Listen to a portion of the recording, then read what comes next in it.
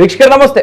ಇವತ್ತಿನ prime time ಕಾರ್ಯಕ್ರಮಕ್ಕೆ ಸ್ವಾಗತ. ಸದ್ಯ ಇವತ್ತಿನ ಪ್ರೈಮ್ ಟೈಮ್ ಕಾರ್ಯಕ್ರಮದಲ್ಲಿ ನಾವುಗಳು ಮಾತಾಡ್ತಾ ಇರುವಂತಹ ವಿಚಾರ ರಾಜಕೀಯ ಬೆಳವಣಿಗೆಗಳು, ವಿವಾದಾತ್ಮಕ ಹೇಳಿಕೆಗಳು, ಇದನ್ನೆಲ್ಲ ಸ್ವಲ್ಪ ಬದಿಗಿಟ್ಟು ಒಂದು ಅತ್ಯದ್ಭುತವಾಗಿರುವಂತಹ ವಿಚಾರವನ್ನ ನಾವು ಈ ಸಂದರ್ಭ ತಿಳಿದುಕೊಳ್ಳಬೇಕಾಗಿದೆ. ಜೊತೆಗೆ ಪ್ರತಿಯೊಬ್ಬ ತುಳುವರು, ಜೊತೆಗೆ ಪ್ರತಿಯೊಬ್ಬ ಕರಾವಳಿ ಭಾಗದ ಜನತೆ, ನಮ್ಮ ನಾಡಿನ ಜನತೆ ತಿಳಿದುಕೊಳ್ಳಲೇಬೇಕಾಗಿರುವಂತಹ ವಿಚಾರವೂ ಕೂಡ ಹೌದು. ಯಾಕಂದ್ರೆ ನಮ್ಮ ಹೆಮ್ಮೆಯ ಸ್ವಾತಂತ್ರ್ಯ ಹೋರಾಟಗಾರರ ಬಗ್ಗೆ, ನಮ್ಮ ಹೆಮ್ಮೆಯ ತುಳುನಾಡಿನ ಸ್ವಾತಂತ್ರ್ಯ ಹೋರಾಟಗಾರರ ಬಗ್ಗೆ, ಬ್ರಿಟಿಷರ ಸಾಮ್ರಾಜ್ಯಶಾಹಿ ನೀತಿ ಏನಿದೆ ಆ ಕಠೋರವಾಗಿರುವಂತಹ ನೀತಿಯ ವಿರುದ್ಧ ಹೋರಾಟವನ್ನ ಮಾಡಿದಂತಹ ಮಹಾನ್ ಧೀರನ ಬಗ್ಗೆ, ಜೊತೆಗೆ ಅಮರ ಸುಳ್ಯ ಸಮರ ಏನಿದೆ ಈ ಸಮರದ ಪ್ರಮುಖವಾಗಿರುವಂತಹ ರೂವಾರಿ, ಜೊತೆಗೆ ಈ ಸಮರದ ಸಮರವೀರ ಅಂತ ಹೇಳಿದ್ರು ಕೂಡ ತಪ್ಪಾಗ್ಲಿಕ್ಕಿಲ್ಲ. ಬಹಳಷ್ಟು ಜನರಿಗೆ ಭಾರತದ ಸ್ವಾತಂತ್ರ್ಯ ಸಂಗ್ರಾಮ ಅಂತ ಬಂದಾಗ ನಾವೆಲ್ಲರೂ ಕೂಡ ಹೇಳ್ತೀವಿ, ಭಾರತದ ಸ್ವಾತಂತ್ರ್ಯ ಸಂಗ್ರಾಮ ಯಾವಾಗ ಅಂತ ಬಂದಾಗ 1857 ಪ್ರಥಮ ಭಾರತದ ಸ್ವಾತಂತ್ರ್ಯ ಸಂಗ್ರಾಮ ಅನ್ನುವಂಥದ್ದು. ಆದ್ರೆ ಇತಿಹಾಸ ಅಡಗಿಟ್ಟಂತಹ ಕೆಲವು ವಿಚಾರಗಳನ್ನ ನಮ್ಮ ಸಂಶೋಧಕರು, ನಮ್ಮ ಕರಾವಳಿ ಭಾಗದ ಸಂಶೋಧಕರು ಅದನ್ನ ಶೋಧಿಸಿ ಅತ್ಯದ್ಭುತವಾಗಿರುವಂತಹ ವಿಚಾರವನ್ನ ನಮ್ಮ ಸಮಾಜದ ಮುಂದೆ, ನಮ್ಮ ದೇಶದ ಮುಂದೆ ಇಟ್ಟಿದ್ದಾರೆ.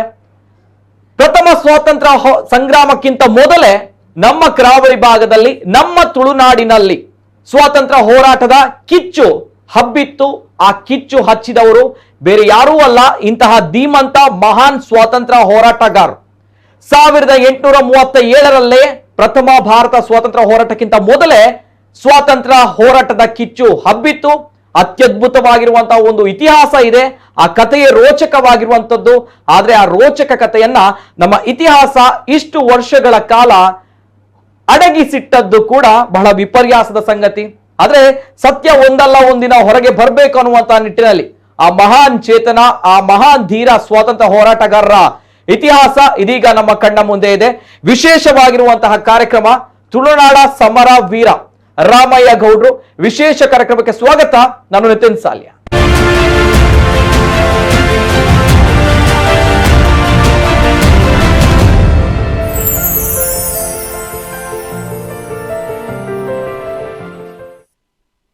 ಕೆದಂಬಾಡಿ ರಾಮಯ್ಯ ಗೌಡ್ರ ಹೆಸರು ಬಹುಶಃ ಕರಾವಳಿ ಭಾಗದಲ್ಲಿ, ತುಳುನಾಡಿನ ಭಾಗಗಳಲ್ಲಿ ಇತ್ತೀಚಿನ ದಿನಗಳಲ್ಲಿ ನಮ್ಮ ನಾಡಿನಾದ್ಯಂತ ಬಹಳಷ್ಟು ಕೇಳಿ ಬರ್ತಾ ಇದೆ. ಆದ್ರೆ ಒಂದು ಪ್ರಶ್ನೆ, ಯಾಕೆ ಇಷ್ಟು ವರ್ಷಗಳು ನಮಗೆ ಗೊತ್ತಾಗಲಿಲ್ಲ ಅನ್ನುವಂತಹ ಒಂದು ವಿಪರ್ಯಾಸದ ಸಂಗತಿಗಳ ಜೊತೆಗೆ ಇತಿಹಾಸವನ್ನ ನೋಡಿದಾಗ 1857 ಪ್ರಥಮ ಭಾರತ ಸ್ವಾತಂತ್ರ್ಯ ಸಂಗ್ರಾಮ ಅಂತ ಬಂದಾಗ ಈ ಹಿಂದೆ ಸ್ವಾತಂತ್ರ್ಯ ಹೋರಾಟ ಕಿಚ್ಚನ್ನ ಹಬ್ಬಿಸಿದಂತಹ ಇಂತಹ ಮಹಾನ್ ವೀರ, ಮಹಾನ್ ನಾಯಕನನ್ನ ಯಾಕೆ ನಮ್ಮ ಇತಿಹಾಸ ಮರೆಯಿತು ಅನ್ನುವಂತಹ ಅನೇಕ ಪ್ರಶ್ನೆಗಳ ನಡುವೆ ಇವತ್ತಿನ ಕಾರ್ಯಕ್ರಮವನ್ನು ನಾನು ಪ್ರಾರಂಭ ಮಾಡ್ತೀನಿ. ಜೊತೆಗೆ ಈ ತುಳುನಾಡಿನ ಸ್ವಾತಂತ್ರ್ಯದ ಸಂಗ್ರಾಮವನ್ನ ಕಿಚ್ಚು ಹಬ್ಬಿದಂತಹ ಈ ಅತ್ಯದ್ಭುತವಾಗಿರುವಂತಹ ಮಹಾನ್ ಸ್ವಾತಂತ್ರ್ಯ ಹೋರಾಟಗಾರರಿಗೆ ನಮ್ಮ ಕನ್ನಡ ಸಂಸ್ಕೃತಿ ಇಲಾಖೆ, ನಮ್ಮ ರಾಜ್ಯ ಸರ್ಕಾರ ಒಂದು ಅತ್ಯುನ್ನತವಾಗಿರುವಂತಹ ಗೌರವವನ್ನ ಮಂಗಳೂರಿನಲ್ಲಿ ನೀಡ್ತಾ ಇದೆ. ಆ ವಿಚಾರವಾಗಿಯೂ ಕೂಡ ಇವತ್ತಿನ ಕಾರ್ಯಕ್ರಮದಲ್ಲಿ ನಿಮ್ಮ ಮುಂದೆ ಪ್ರಸ್ತುತಪಡಿಸ್ತಾ ಇದ್ದೀನಿ. ಅಷ್ಟಕ್ಕೂ ಕೂಡ ಕೆದಂಬಾಡಿ ರಾಮಯ್ಯ ಗೌಡ್ರ ಒಂದು ಸ್ವಾತಂತ್ರ್ಯ ಹೋರಾಟಗಾರರ ಒಂದು ಕಥೆ ಏನಿದೆ ಅತ್ಯದ್ಭುತವಾಗಿರುವಂತದ್ದು, ರೋಚಕವಾಗಿರುವಂತದ್ದು. ಬಹುಶಃ ನಮ್ಮ ಕುಡ್ಲ ವಾಹಿನಿಗೆ ಒಂದು ಸಣ್ಣ ಅವಧಿಯಲ್ಲಿ ಸ್ವಲ್ಪ ಸಾರಾಂಶವನ್ನ ನಿಮ್ಮ ಮುಂದೆ ಇಡಬೇಕು ಅನ್ನುವಂತಹ ಸಣ್ಣ ಪ್ರಯತ್ನ ಮಾಡಿದ್ದೀವಿ. ಒಂದ್ಸಲ ನೋಡ್ಕೊಂಬನ್ನಿ. ತುಳುನಾಡಿನ ಹಳ್ಳಿಯಲ್ಲಿ ಹುಟ್ಟಿ ಸಾಮ್ರಾಜ್ಯಶಾಹಿ ಬ್ರಿಟಿಷರ ವಿರುದ್ಧ ಸಿಡಿದೆದ್ದ ಧೀರ, ರೈತ ಸೇನೆ ಕಟ್ಟಿ ಸ್ವಾತಂತ್ರ್ಯದ ರಣಕಹಳೆ ಮೊಳಗಿಸಿದ್ದ ಮಹಾನ್ ನಾಯಕ. 1837 ತುಳುನಾಡಿನ ವೀರ ರೈತರು ಬ್ರಿಟಿಷ್ ಕಂಪನಿಯ ರೈತ ವಿರೋಧಿ ಕಾರ್ಯಗಳ ವಿರುದ್ಧ ಹೋರಾಟವನ್ನು ನಡೆಸಿ ಬ್ರಿಟಿಷ್ ಸೈನ್ಯವನ್ನ ಹಿಮ್ಮೆಟ್ಟಿಸಿ ಸಮಸ್ತ ಕೆನರಾ ಜಿಲ್ಲೆಯ ಆಡಳಿತದ ಚುಕ್ಕಾಣಿಯನ್ನ ಹಿಡಿದಂತಹ ಈ ಹೋರಾಟ ನಮ್ಮ ಜಿಲ್ಲೆಯ ಜನ ಆತ್ಮಾಭಿಮಾನದಿಂದ ಬೀಗಬೇಕಾದಂತಹ ಹೆಮ್ಮೆಯ ವಿಚಾರ. ಈ ಹೋರಾಟದ ಮುಖ್ಯ ರೂವಾರಿ ಕೆದಂಬಾಡಿಯ ರಾಮಯ್ಯ ಗೌಡರು. ಈ ಐತಿಹಾಸಿಕ ಹೋರಾಟ ನಮ್ಮ ಪವಿತ್ರ ನೆಲದಲ್ಲಿ ನಡೆದಿದ್ದು ಸಮಸ್ತ ದಕ್ಷಿಣ ಕನ್ನಡ ಜಿಲ್ಲೆಯ ಪ್ರತಿಯೊಬ್ಬರೂ ನೆನಪಿಡುವುದರ ಮೂಲಕ ಅವರ ತ್ಯಾಗ ಬಲಿದಾನಕ್ಕೆ ನಾವು ಸಲ್ಲಿಸುವ ಕೃತಜ್ಞತೆ. ಕೆದಂಬಾಡಿ ರಾಮಯ್ಯ ಗೌಡರು ಒಬ್ಬ ಶ್ರೇಷ್ಠ ಸಂಘಟಕರಾಗಿದ್ದು ತನ್ನ ಅಸಾಧಾರಣ ಮತ್ತು ಅತ್ಯದ್ಭುತ ನಾಯಕತ್ವದ ಮೂಲಕ ದಕ್ಷಿಣ ಕನ್ನಡ ಜಿಲ್ಲೆಗೆ 13 ದಿನಗಳಷ್ಟು ಕಾಲ ಸ್ವಾತಂತ್ರ್ಯವನ್ನ ಗಳಿಸಿಕೊಟ್ಟು ತನ್ನ ಜೀವವನ್ನ ಅರ್ಪಣೆ ಮಾಡಿದ ವೀರ ನಾಯಕರಾಗಿದ್ರು. ಈ 13 ದಿನಗಳ ಆಡಳಿತದ ಅವಧಿಯನ್ನ ಸ್ವಾತಂತ್ರ್ಯ ಸ್ಥಾಪಿತ ಸರ್ಕಾರ ಎಂದು ಉಲ್ಲೇಖಿಸಲಾಗಿದೆ. ದೇಶದ ಮೊದಲ ಸ್ವಾತಂತ್ರ್ಯ ಸಂಗ್ರಾಮಕ್ಕೂ ಮೊದಲೇ ಬ್ರಿಟಿಷರ ವಿರುದ್ಧ ಸಿಡಿದೆದ್ದ ಸಮರವೀರ ಈ ಹೋರಾಟದ 20 ವರ್ಷಗಳ ನಂತರ ಜರುಗಿದ 1857ರಲ್ಲಿ ನಡೆದಂತಹ ಸಿಪಾಯಿ ದಂಗೆಯನ್ನ ಮೊದಲ ಸ್ವಾತಂತ್ರ್ಯ ಸಂಗ್ರಾಮವೆಂದು ಬಿಂಬಿಸಿತ್ತು. 1837ರ ಹೋರಾಟ ಇತಿಹಾಸದ ಕಡೆಗಣನೆಗೆ ಒಳಗಾಗಿದೆ. ಪ್ರಮುಖವಾಗಿ ಹೋರಾಟ ಪ್ರಾರಂಭವಾಗಿರುವುದು ರೈತರ ಬೆಲೆಗೆ ಅತಿಯಾಗಿ ತೆರಿಗೆಯನ್ನ ಹೇರಿದ್ರಿಂದ 1837ರ ಮಾರ್ಚ್ 31ರಂದು ಬ್ರಿಟಿಷ್ ವಿರುದ್ಧ ಹೋರಾಟ ನಡೆಸುವ ಸಲುವಾಗಿ ಹೋರಾಟದ ಮಹಾನ್ ನಾಯಕ ಕೆದಂಬಾಡಿ ರಾಮಯ್ಯ ಗೌಡರಿಗೆ ಸೇರಿದ ಸುಳ್ಯದ ಮದುವೆ ಗದ್ದೆ ಎಂಬ ಸ್ಥಳದಲ್ಲಿ ಸುಮಾರು 2000ಕ್ಕಿಂತಲೂ ಹೆಚ್ಚು ರೈತಾಪಿ ಜನರನ್ನ ಸಂಘಟಿಸಿತ್ತು. ಅದಕ್ಕೆ ಪೂರ್ವ ತಯಾರಿಗಾಗಿ ಸುಮಾರು 1500 ಖಡ್ಗವನ್ನ ಕೋಡ್ಲಿಪೇಟೆಯಿಂದ ತರಿಸಿದ್ರು. ಮದುವೆ ಗದ್ದೆಯಿಂದ ಹೊರಟ ದಂಡು ಬೆಳ್ಳರೆಯತ್ತ ಸಾಗುತ್ತದೆ. ಅಲ್ಲಿ ಸೈನ್ಯವು ಬ್ರಿಟಿಷ್ ಕಂಪನಿಯ ಖಜಾನೆಯನ್ನ ವಶಪಡಿಸಿ 4 ತಂಡಗಳಾಗಿ ವಿಂಗಡಿಸಿ ಬೇರೆ ಬೇರೆ ಪ್ರದೇಶಕ್ಕೆ ಕಳುಹಿಸಲಾಗುತ್ತದೆ. ರಾಮಯ್ಯ ಗೌಡರ ನೇತೃತ್ವದ ಹೋರಾಟದ ಮುಖ್ಯ ದಂಡು ಪುತ್ತೂರನ್ನ ವಶಪಡಿಸಿ ಮಂಗಳೂರಿನತ್ತ ಮುನ್ನಡೆಯುತ್ತದೆ. ಪುತ್ತೂರಿನಲ್ಲಿ ರೈತ ಹೋರಾಟಗಾರರ ಬೃಹತ್ ದಂಡನ್ನ ಕಣ್ಣಾರೆ ನೋಡಿದಂತಹ ಕ್ಯಾಪ್ಟನ್ ಲೆವಿನ್ ಯುದ್ಧ ನಡೆಸಲು ಎದೆಗಾರಿಕೆ ಇಲ್ಲದೆ ಮಂಗಳೂರನ್ನ ರಕ್ಷಿಸುವುದು ಮುಖ್ಯವೆಂದು ಬಗೆದು ಯಾವ ಪ್ರತಿರೋಧ ತೋರದೆ ಮಂಗಳೂರಿಗೆ ಹಿಂದಿರುಗಿದ್ರು.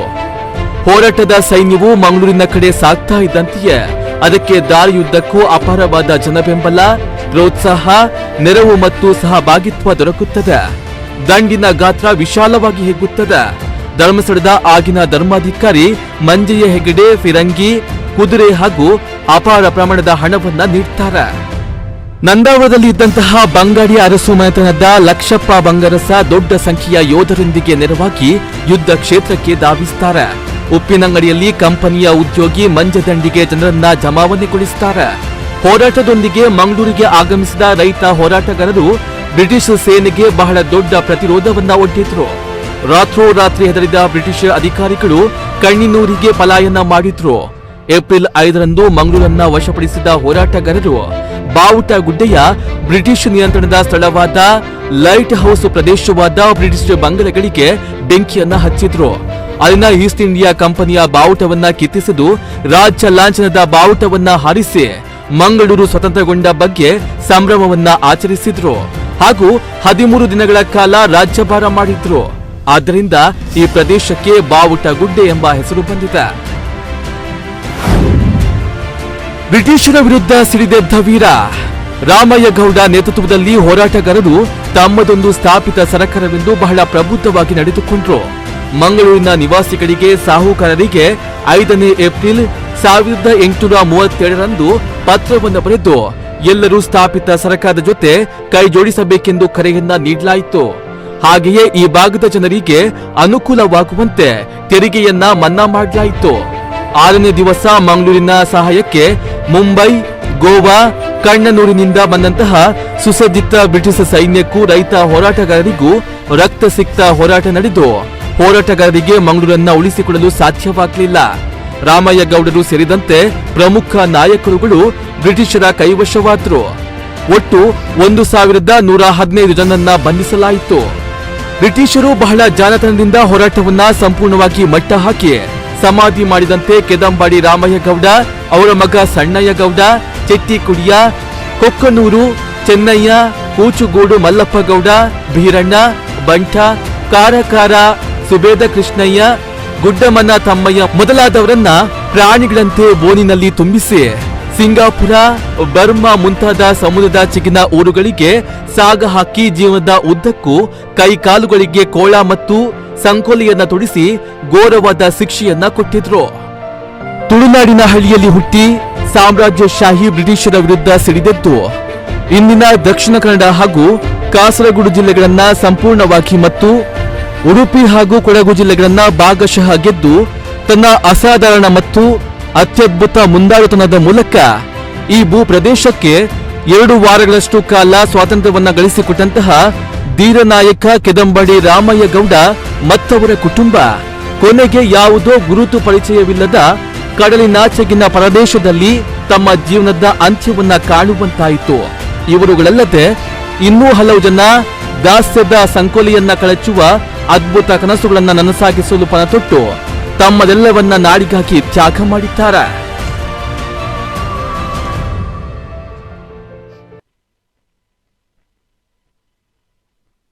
ಇದು ತುಳುನಾಡಿನ ಸಮರವೀರ ರಾಮಯ್ಯ ಗೌಡ್ರು ಅವರ ಒಂದು ಸಂಕ್ಷಿಪ್ತವಾಗಿರುವಂತಹ ಒಂದು ಸಣ್ಣ ವಿವರಣೆಯನ್ನ ನಾವು ನೀಡಿದ್ದೇವೆ.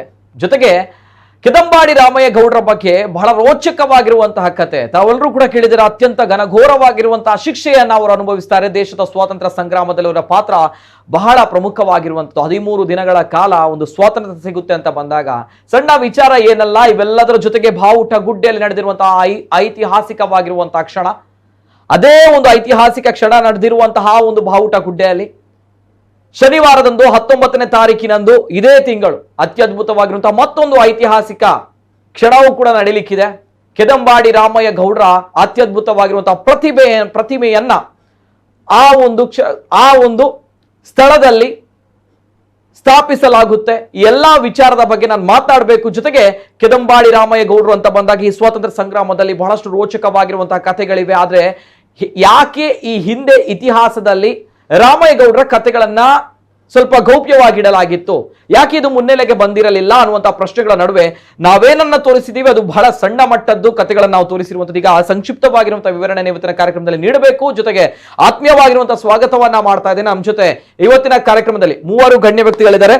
ಮೊದಲನೇದಾಗಿ ಇದೀಗ ಕೆದಂಬಾಡಿ ರಾಮಯ್ಯ ಗೌಡ್ರ ಇತಿಹಾಸವನ್ನ ಕಥೆಯನ್ನ ನಾವುಗಳು ಕೇಳ್ತೀವಿ ಅಂತ ಬಂದಾಗ ಇದನ್ನ ಅತ್ಯಂತ ಸಂಕ್ಷಿಪ್ತವಾಗಿ, ಇದನ್ನ ಅತ್ಯಂತ ನಾಜೂಕಾಗಿ, ಜೊತೆಗೆ ಸಮಗ್ರವಾಗಿರುವಂತಹ ವಿವರಣೆಗಳ ಮೂಲಕ, ಸಂಶೋಧನೆಯ ಮೂಲಕ ಹೊರಗೆ ತಂದಂತಹ ವ್ಯಕ್ತಿ. ಡಾಕ್ಟರೇಟ್ ಪದವಿ ಕೂಡ ಕೆದಂಬಾಡಿ ರಾಮಯ್ಯ ಗೌಡ್ರ ವಿಚಾರವಾಗಿ ಪಡೆದಿರುವಂತಹ ವ್ಯಕ್ತಿ. 1834ರಿಂದ 1837ರವರೆಗೆ 37 ಏನಾಗುತ್ತೆ, 37ರಂದು ಸ್ವಾತಂತ್ರ್ಯ ಹೋರಾಟಗಾರರ ಈ ಒಂದು ಕಾಲಗಣನೆ ಯಾವ ರೀತಿ ಇತ್ತು, ಎಲ್ಲಾ ವಿಚಾರದ ಬಗ್ಗೆ ಸಂಕ್ಷಿಪ್ತವಾಗಿ ಅಧ್ಯಯನ ಮಾಡಿರುವಂತಹ ಸಂಶೋಧಕರು ನಮ್ಮ ಜೊತೆ ಇದ್ದಾರೆ. ನಮ್ಮ ಹೆಮ್ಮೆಯ ಡಾಕ್ಟರ್ ಪ್ರಭಾಕರ್ ನೀರುಮಾರ್ಗ ಸರ್, ಆತ್ಮೀಯವಾಗಿರುವಂತಹ ಸ್ವಾಗತವನ್ನ ಮಾಡ್ತಾ ಇದ್ದೇವೆ. ನಮಸ್ತೆ ಸರ್. ನಮಸ್ತೆ. ಸಂಕ್ಷಿಪ್ತವಾಗಿರುವಂತಹ ಇತಿಹಾಸವನ್ನು ಇವತ್ತಿನ ಕಾರ್ಯಕ್ರಮದಲ್ಲಿ ಡಾಕ್ಟರ್ ಪ್ರಭಾಕರ್ ನೀರುಮಾರ್ಗ ಅವರು ನೀಡಲಿಕ್ಕಿದ್ದಾರೆ. ಯಾಕಂದ್ರೆ ಡಾಕ್ಟರೇಟ್ ಪದವಿಯನ್ನು ಕೂಡ ಕೆದಂಬಾಡಿ ರಾಮಯ್ಯ ಗೌಡರ ವಿಚಾರದಲ್ಲಿ ಇವರು ಪಡೆದುಕೊಂಡಿರುವಂತದ್ದು ಸಂಕ್ಷಿಪ್ತವಾಗಿರುವಂತಹ ಒಂದು ಸ್ಟಡಿಯನ್ನ ಸಂಶೋಧನೆ ಮಾಡಿದ ಬಳಿಕ. ತದನಂತರ ನಮ್ಮ ಜೊತೆ ಇವತ್ತಿನ ನಮ್ಮ ಕಾರ್ಯಕ್ರಮದಲ್ಲಿ ಮತ್ತೊಬ್ರು ನಮ್ಮ ತುಳುನಾಡಿನ ಹೆಮ್ಮಂತ ಹೇಳಿದ್ರು ಕೂಡ ತಪ್ಪಾಗ್ಲಿಕ್ಕಿಲ್ಲ. ಯಾಕಂತ ಹೇಳಿದ್ರೆ ಈ ಒಂದು ಇತಿಹಾಸಕಾರರ ಕಥೆಯನ್ನ ಅತ್ಯಂತ ನಾಜೂಕಾಗಿ, ಜೊತೆಗೆ ಅತ್ಯಂತ ಸಂಶೋಧನೆಯನ್ನ ಮಾಡಿ ಇದನ್ನ ಸತ್ಯ ವಿಮರ್ಶೆಯನ್ನ ಮಾಡಿ ನಮ್ಮ ಮುಂದೆ ಇಟ್ಟಂತಹ ವ್ಯಕ್ತಿಯು ಕೂಡ ಹೌದು. ಆತ್ಮೀಯವಾಗಿರುವಂತಹ ಸ್ವಾಗತವನ್ನ ಮಾಡ್ತಾ ಇದ್ದೇನೆ. ಕಲಾವಿದರು, ಸಾಹಿತಿಗಳು ಹಿಮಾಕರ್ ಕೆವಿ ಅವರು, ಆತ್ಮೀಯವಾಗಿರುವಂತಹ ಸ್ವಾಗತ ಸರ್ ತಮಗೆ. ನಮಸ್ತೆ ಸರ್. ನಮಸ್ತೆ. ಅದೇ ರೀತಿ ನಮ್ಮ ಜೊತೆ ಕೆದಂಬಾಡಿ ರಾಮಯ್ಯ ಗೌಡ್ರ ಈ ಒಂದು ಅದ್ಭುತವಾಗಿರುವಂತಹ ಪುತ್ಥಳಿ ನಮ್ಮ ಮಂಗಳೂರಿನ ಬಾವುಟ ಗುಡ್ಡೆಯಲ್ಲಿ ನಿರ್ಮಿಸಲಾಗುತ್ತೆ, ಅಲ್ಲಿ ಪ್ರತಿಷ್ಠಾಪನೆ ಮಾಡಲಾಗುತ್ತೆ ಅಂತ ಬಂದಾಗ, ಜೊತೆಗೆ ಕೆದಂಬಾಡಿ ರಾಮಯ್ಯ ಗೌಡ್ರ ಅವರ ಸಾಧನೆಗಳು, ಅವರ ಸ್ವಾತಂತ್ರ್ಯ ಹೋರಾಟಗಾರರ ಕಥೆಗಳು ಮತ್ತೆ ಮತ್ತೆ ನಮ್ಗಳಿಗೆ ಈಗ ಮೆಲುಕು ಹಾಕ್ತೀವಿ ಅಂತ ಬಂದಾಗ ಇದಕ್ಕೆ ಪ್ರಮುಖವಾಗಿರುವಂತಹ ವ್ಯಕ್ತಿ, ಅದರ ಹಿಂದಿರುವಂತಹ ಶಕ್ತಿಯೂ ಕೂಡ ಹೌದು. ಆತ್ಮೀಯವಾಗಿರುವಂತಹ ಸ್ವಾಗತವನ್ನ ಮಾಡ್ತಾ ಇದ್ದೇನೆ. ಅಧ್ಯಕ್ಷರು ಸ್ವಾತಂತ್ರ್ಯ ಹೋರಾಟಗಾರ ಕೆದಂಬಾಡಿ ರಾಮಯ್ಯ ಗೌಡ, ಉಸ್ತುವಾರಿ ಸಮಿತಿ ರಿಜಿಸ್ಟರ್ಡ್, ಇದರ ಅಧ್ಯಕ್ಷರು ಕಿರಣ್ ಬುಡ್ಲೆಗುತ್ತು. ಆತ್ಮೀಯವಾಗಿರುವಂತಹ ಸ್ವಾಗತ ಸರ್. ನಮಸ್ತೆ ಸರ್.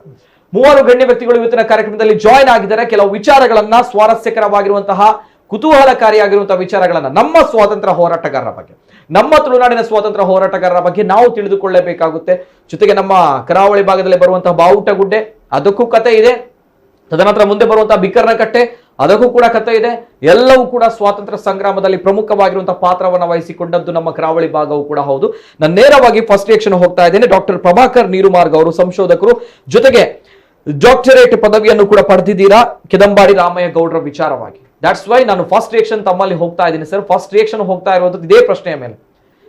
ಬಹುಶಃ ಕೆದಂಬಾಡಿ ರಾಮಯ್ಯ ಗೌಡ್ರ ಸ್ವಾತಂತ್ರ್ಯ ಹೋರಾಟಗಾರರ ಸಾಧನೆ ಏನಿದೆ ಬಹಳಷ್ಟು ತಡವಾಗಿ, ಲೇಟ್ ಆಗಿ ನಮ್ಗಳಿಗೆ ಬಂತು, ನಮ್ಗಳಿಗೆ ಸಿಕ್ಕಿತು ಅನ್ನುವಂಥದ್ದು ಏನ್ ಸರ್, ಏನ್ ಕಾರಣ, ಏನ್ ಕತೆ ಅನ್ನೋದು. ಯಾಕಂದ್ರೆ 1837ರಲ್ಲೇ ಕೆದಂಬಾಡಿ ರಾಮಯ್ಯ ಗೌಡರು ಸ್ವಾತಂತ್ರ್ಯ ಸಂಗ್ರಾಮಕ್ಕೆ ಧುಮುಕಿದ್ರು. ಏನ್ ಹೇಳ್ತಾರೆ? ಬಹುಶಃ ಒಂದೂವರೆ ದಶಕಗಳ ಹಿಂದೆ ನಡೆದ ಘಟನೆ ಇದು. ಇತಿಹಾಸದ ಕಾಲಗರ್ಭದಲ್ಲಿ ಸೇರಿಕೊಂಡಿತ್ತು. ಕರೆಕ್ಟ್. ಇದಕ್ಕೆ ವಿವಿಧ ರೀತಿಯ ಕಥೆಗಳು ಹುಟ್ಟಿಕೊಂಡವು. ಇದೊಂದು ಹೋರಾಟವೇ ಅಲ್ಲ, ಇದು ಏನೋ ಪೋಲಿಗಳ ಕೂಟ, ಮತ್ತೊಂದು ದರೋಡೆಕೋರರ ಕೂಟ ಇತ್ಯಾದಿ ಭ್ರಮೆಗಳನ್ನು ಜನ ಹುಟ್ಟಿಸಿದರು. ಅದರಲ್ಲಿ ವಸಾಹತುಶಾಹಿಗಳು ಕೂಡ ಸೇರಿಕೊಂಡ್ರು. ಹಾಗಾಗಿ ಈ ಇಡೀ ಒಂದು ಶ್ರೇಷ್ಠ ಇತಿಹಾಸವಿರುವ ನಮ್ಮ ಹೆಮ್ಮೆಯ ತುಳುನಾಡಿನ ಹೆಮ್ಮೆಯ ಪ್ರತೀಕವಾದ ಈ ಘಟನೆಯನ್ನು ಕಾಲ ಕಸವಾಗಿ ಮಾಡಿದರು. ಇದರ ಹಿಂದೆ ಹಲವು ಪ್ರಭಾವಿಗಳ ಶಕ್ತಿಯೂ ಇತ್ತು. ಓಕೆ. ಹಾಗಾಗಿ ಇದು ಮುನ್ನೆಲೆಗೆ ಬರಲೇ ಇಲ್ಲ. ಇಂತಹ ಸಂದರ್ಭದಲ್ಲಿ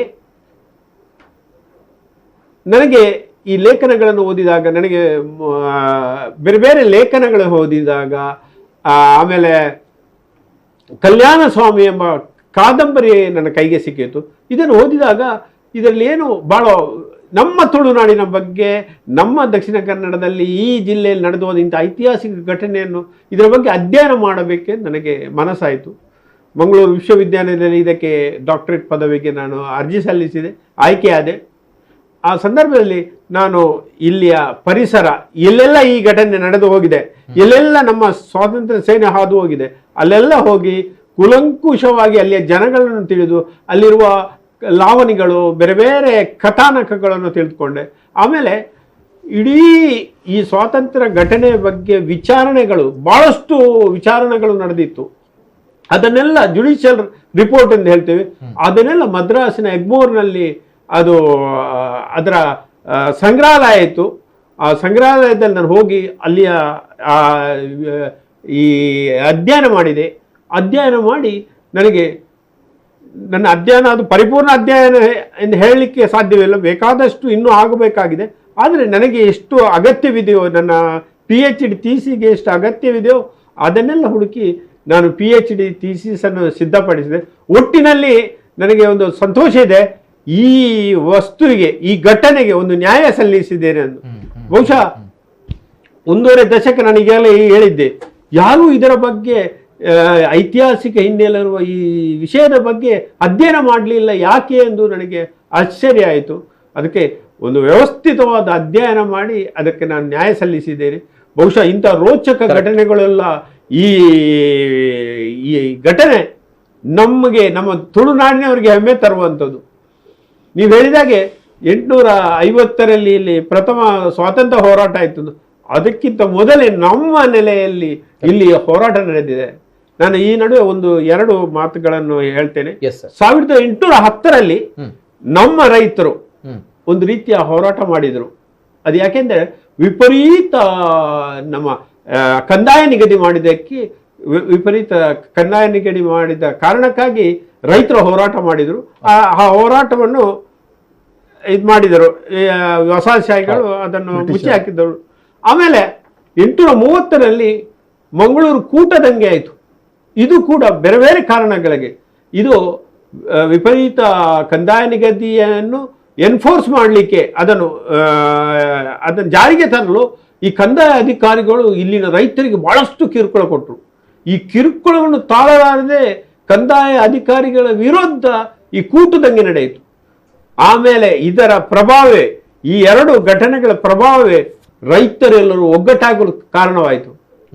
ಒಗ್ಗಟ್ಟಾಗಿ 1837ರಲ್ಲಿ ನಮ್ಮ ಶ್ರೇಷ್ಠ ನಾಯಕ ರಾಮಯ್ಯ ಗೌಡ್ರ ನೇತೃತ್ವದಲ್ಲಿ ಈ ಘಟನೆ, ಈ ಹೋರಾಟ ನಡೆಯಿತು.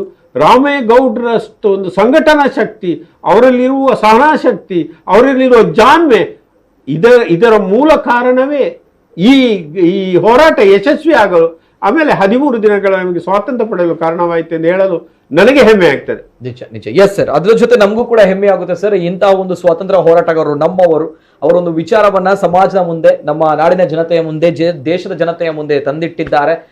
Doctor Prabhakar Neerumarga sir. ಜೊತೆಗೆ ನಿಜವಾಗ್ಲೂ ಕೂಡ ಹೌದು, ಕಿದಂಬಾಳಿ ರಾಮಯ್ಯಗೌಡರ ವಿಚಾರವನ್ನ ಗಮನಿಸಿದಾಗ ಅನೇಕ ಟೀಕೆ ಟಿಪ್ಪಣಿಗಳು ಕೂಡ ಬಂದಿತ್ತು. ಇದು ಈಗಾಗಲೇ ಹೇಳಿದಾಗೆ ಪೋಲಿಗಳ ಕೂಟ ಅಥವಾ ಇದು ದರೋಡೆಕೋರರ ಗುಂಪು, ಇವರು ಸ್ವಾತಂತ್ರ್ಯ ಹೋರಾಟವನ್ನೇ ಮಾಡಿಲ್ಲ, ಇಂಥ ಅನೇಕ ಟೀಕೆ ಟಿಪ್ಪಣಿಗಳ ನಡುವೆ ಕೊನೆಯದಾಗಿ ಇದೀಗ ನಮ್ಮ ಹೆಮ್ಮೆ, ನಮ್ಮ ತುಳುನಾಡಿನ ಹೆಮ್ಮೆ, ಅನೇಕ ಇದು ಕೂಡ ಹೌದು, ಅನೇಕ ವಿಚಾರಗಳು ಬರುತ್ತೆ.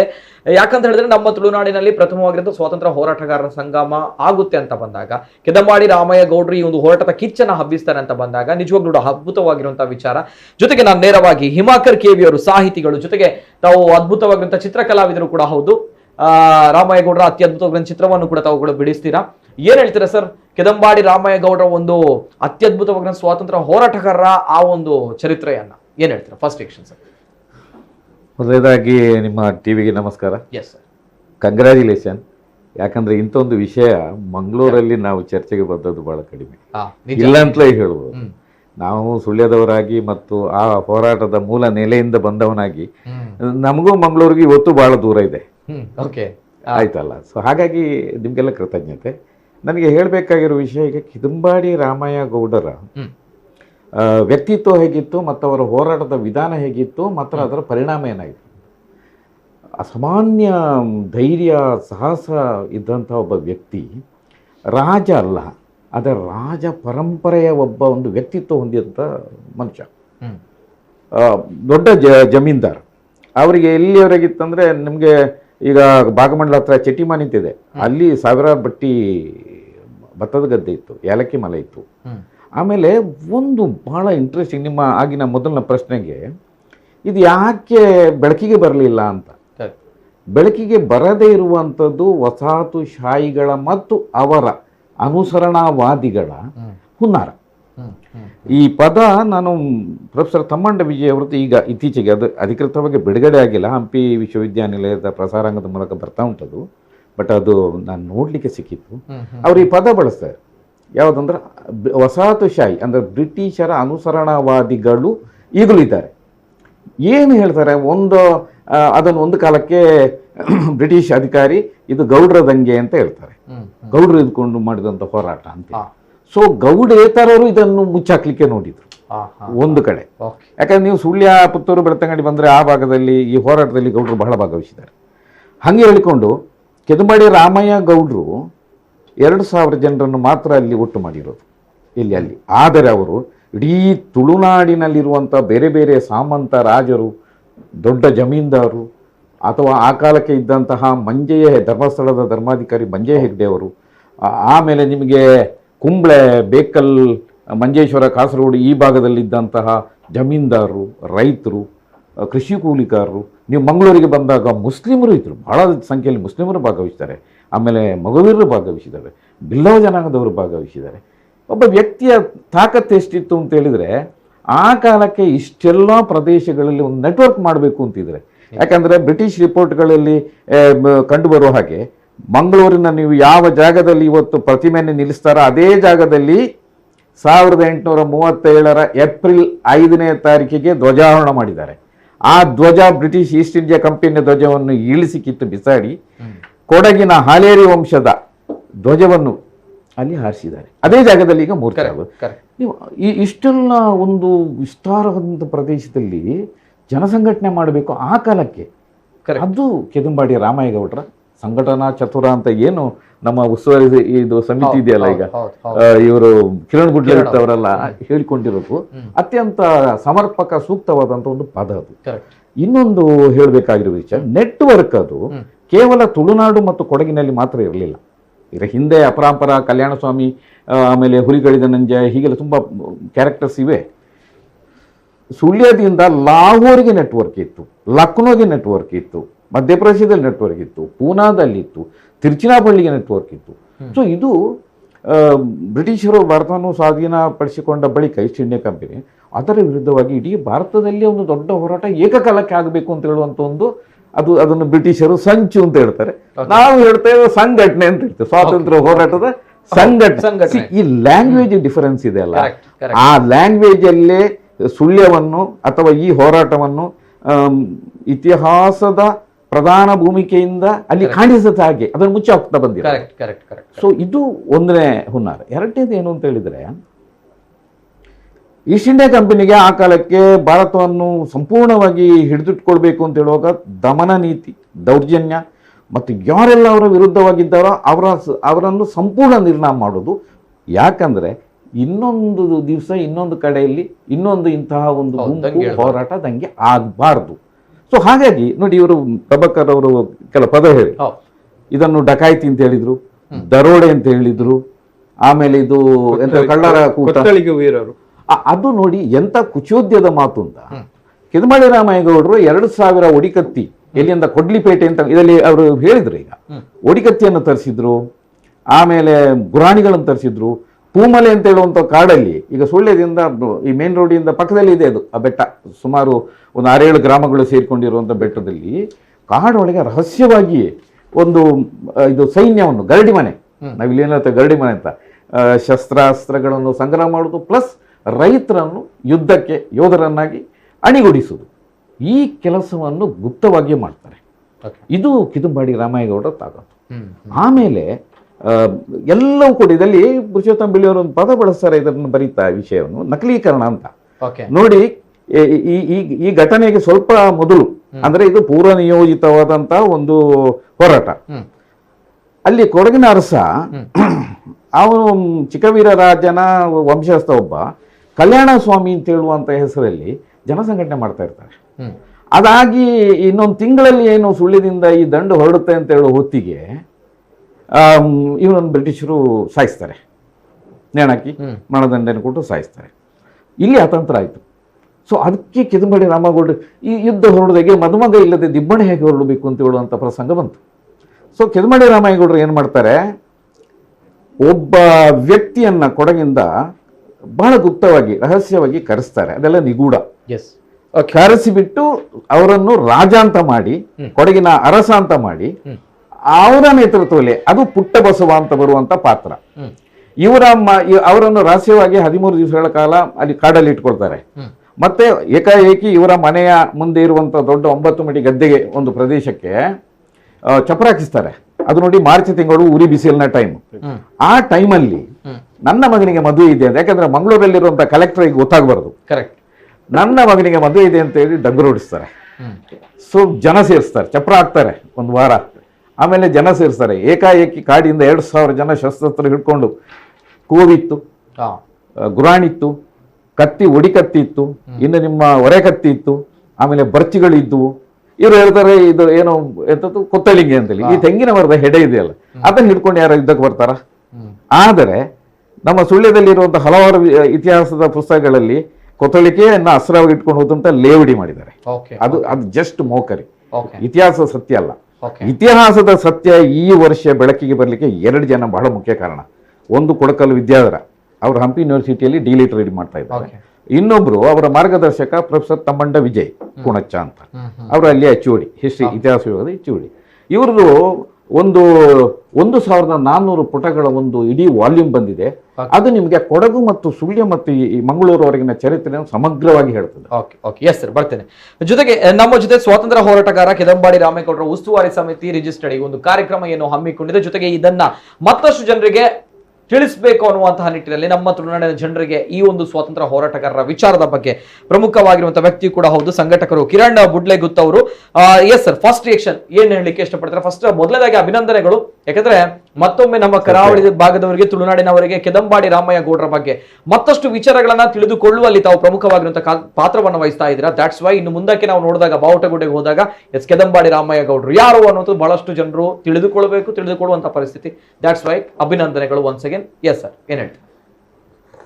ದಾಖಲೆಗಳ ಪ್ರಕಾರ ಇವಾಗ Mangal Pandey is the first war of Indian ಇಂಡಿಪೆಂಡೆನ್ಸ್ನ ಹೀರೋ.